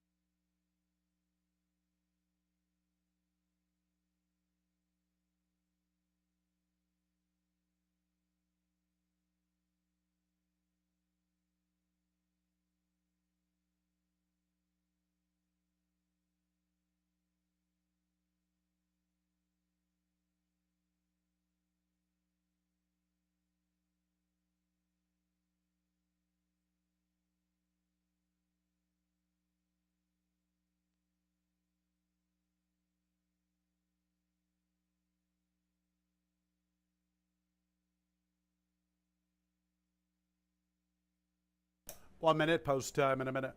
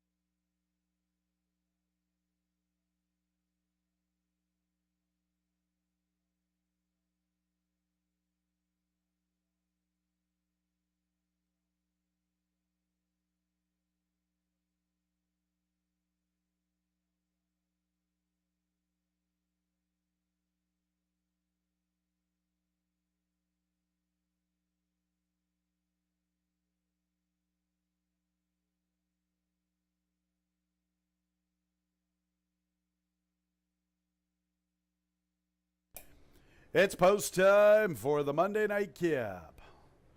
Number 4, Jackie Be Good at 2-1. The 3, Regal Rebel at 5-2. The 1, Ever Graceful at 3-1. These are the 3 dominating the wagering.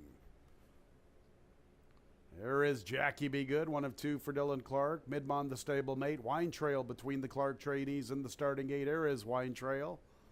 Couple of troubled trips in her last 2 starts. Magnificent Mags.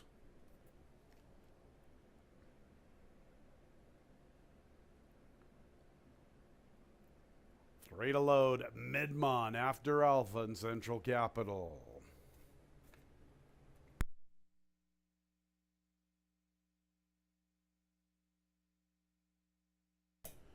There's after Alpha.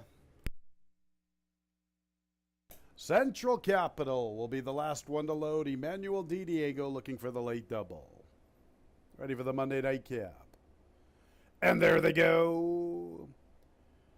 And showing pace is Regal Rebel, also there after Alpha. Jackie Be Good splits them. Midmont's up close from 4th. Then Central Capital, Wine Trail. Pals Allies in the 2-path.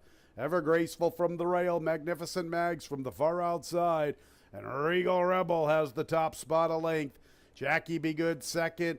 And after Alpha has the 3rd spot. Midmont's 4 lengths from the pace, covering Pals Ally. Another length and a half back to Wine Trail and Ever Graceful. Also going with them, Central Capital. Magnificent Mags is at the back. And Regal Rebel has the lead past the 3-8. She works with nearly 2 lengths to Jackie Be Good and After Alpha. Pals Allies running a good one along the rail, gets within contention. 2 lengths to find at the quarter pole, and she works into a nice spot in the 2-path. Midmon's in behind that leading group. Far outside races there, Ever Graceful, who's gotten away from the rail. Regal Rebel, the one to come and catch past the 3/16, gives them the slip. Regal Rebel at the 8th pole, now 2.5 to Jackie Be Good. Ever Graceful to the far outside. Wine Trail tries to close in. On the front end still, Regal Rebel in the nightcap from Jackie Be Good, and they line up for third. What a photo for third. Magnificent Mags, Wine Trail. Also their Pals Ally, Ever Graceful, in Midmont. It's all about Regal Rebel and the nightcap.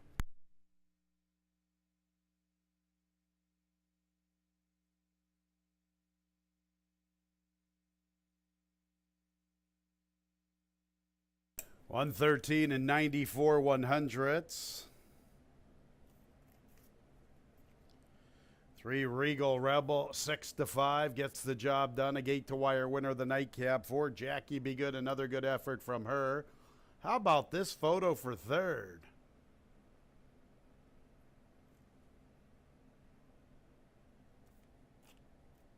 How about it? 113 and 94 100ths, the final time.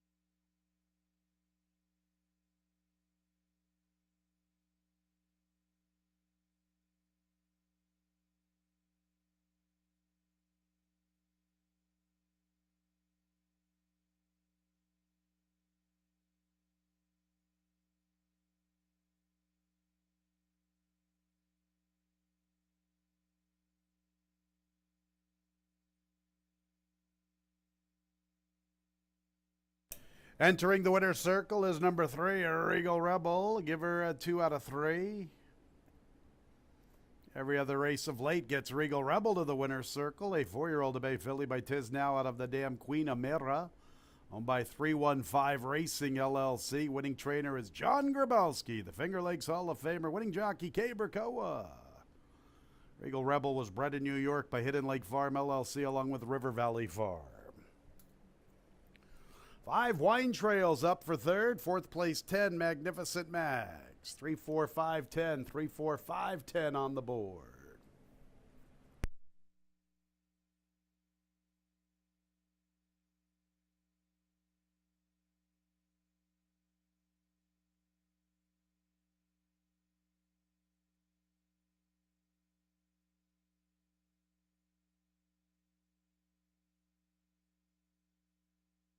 And the nightcap is official. 3, 4, 5, 10. Top 4 finishers. The late double, 8-3, $27.20. 3, 4 exacta, $20.40. 3, 4, 5 trifecta, $41.37. 10-cent super, 3, 4, 5, 10. $78.60. 183, a late pick 3, $17.75. 5 with 1 with 8 with 3 8. Our late pick 4, $152.25. 3 with 5 with 1 with 8 with 3 8. The Monday pick 5, $430.50.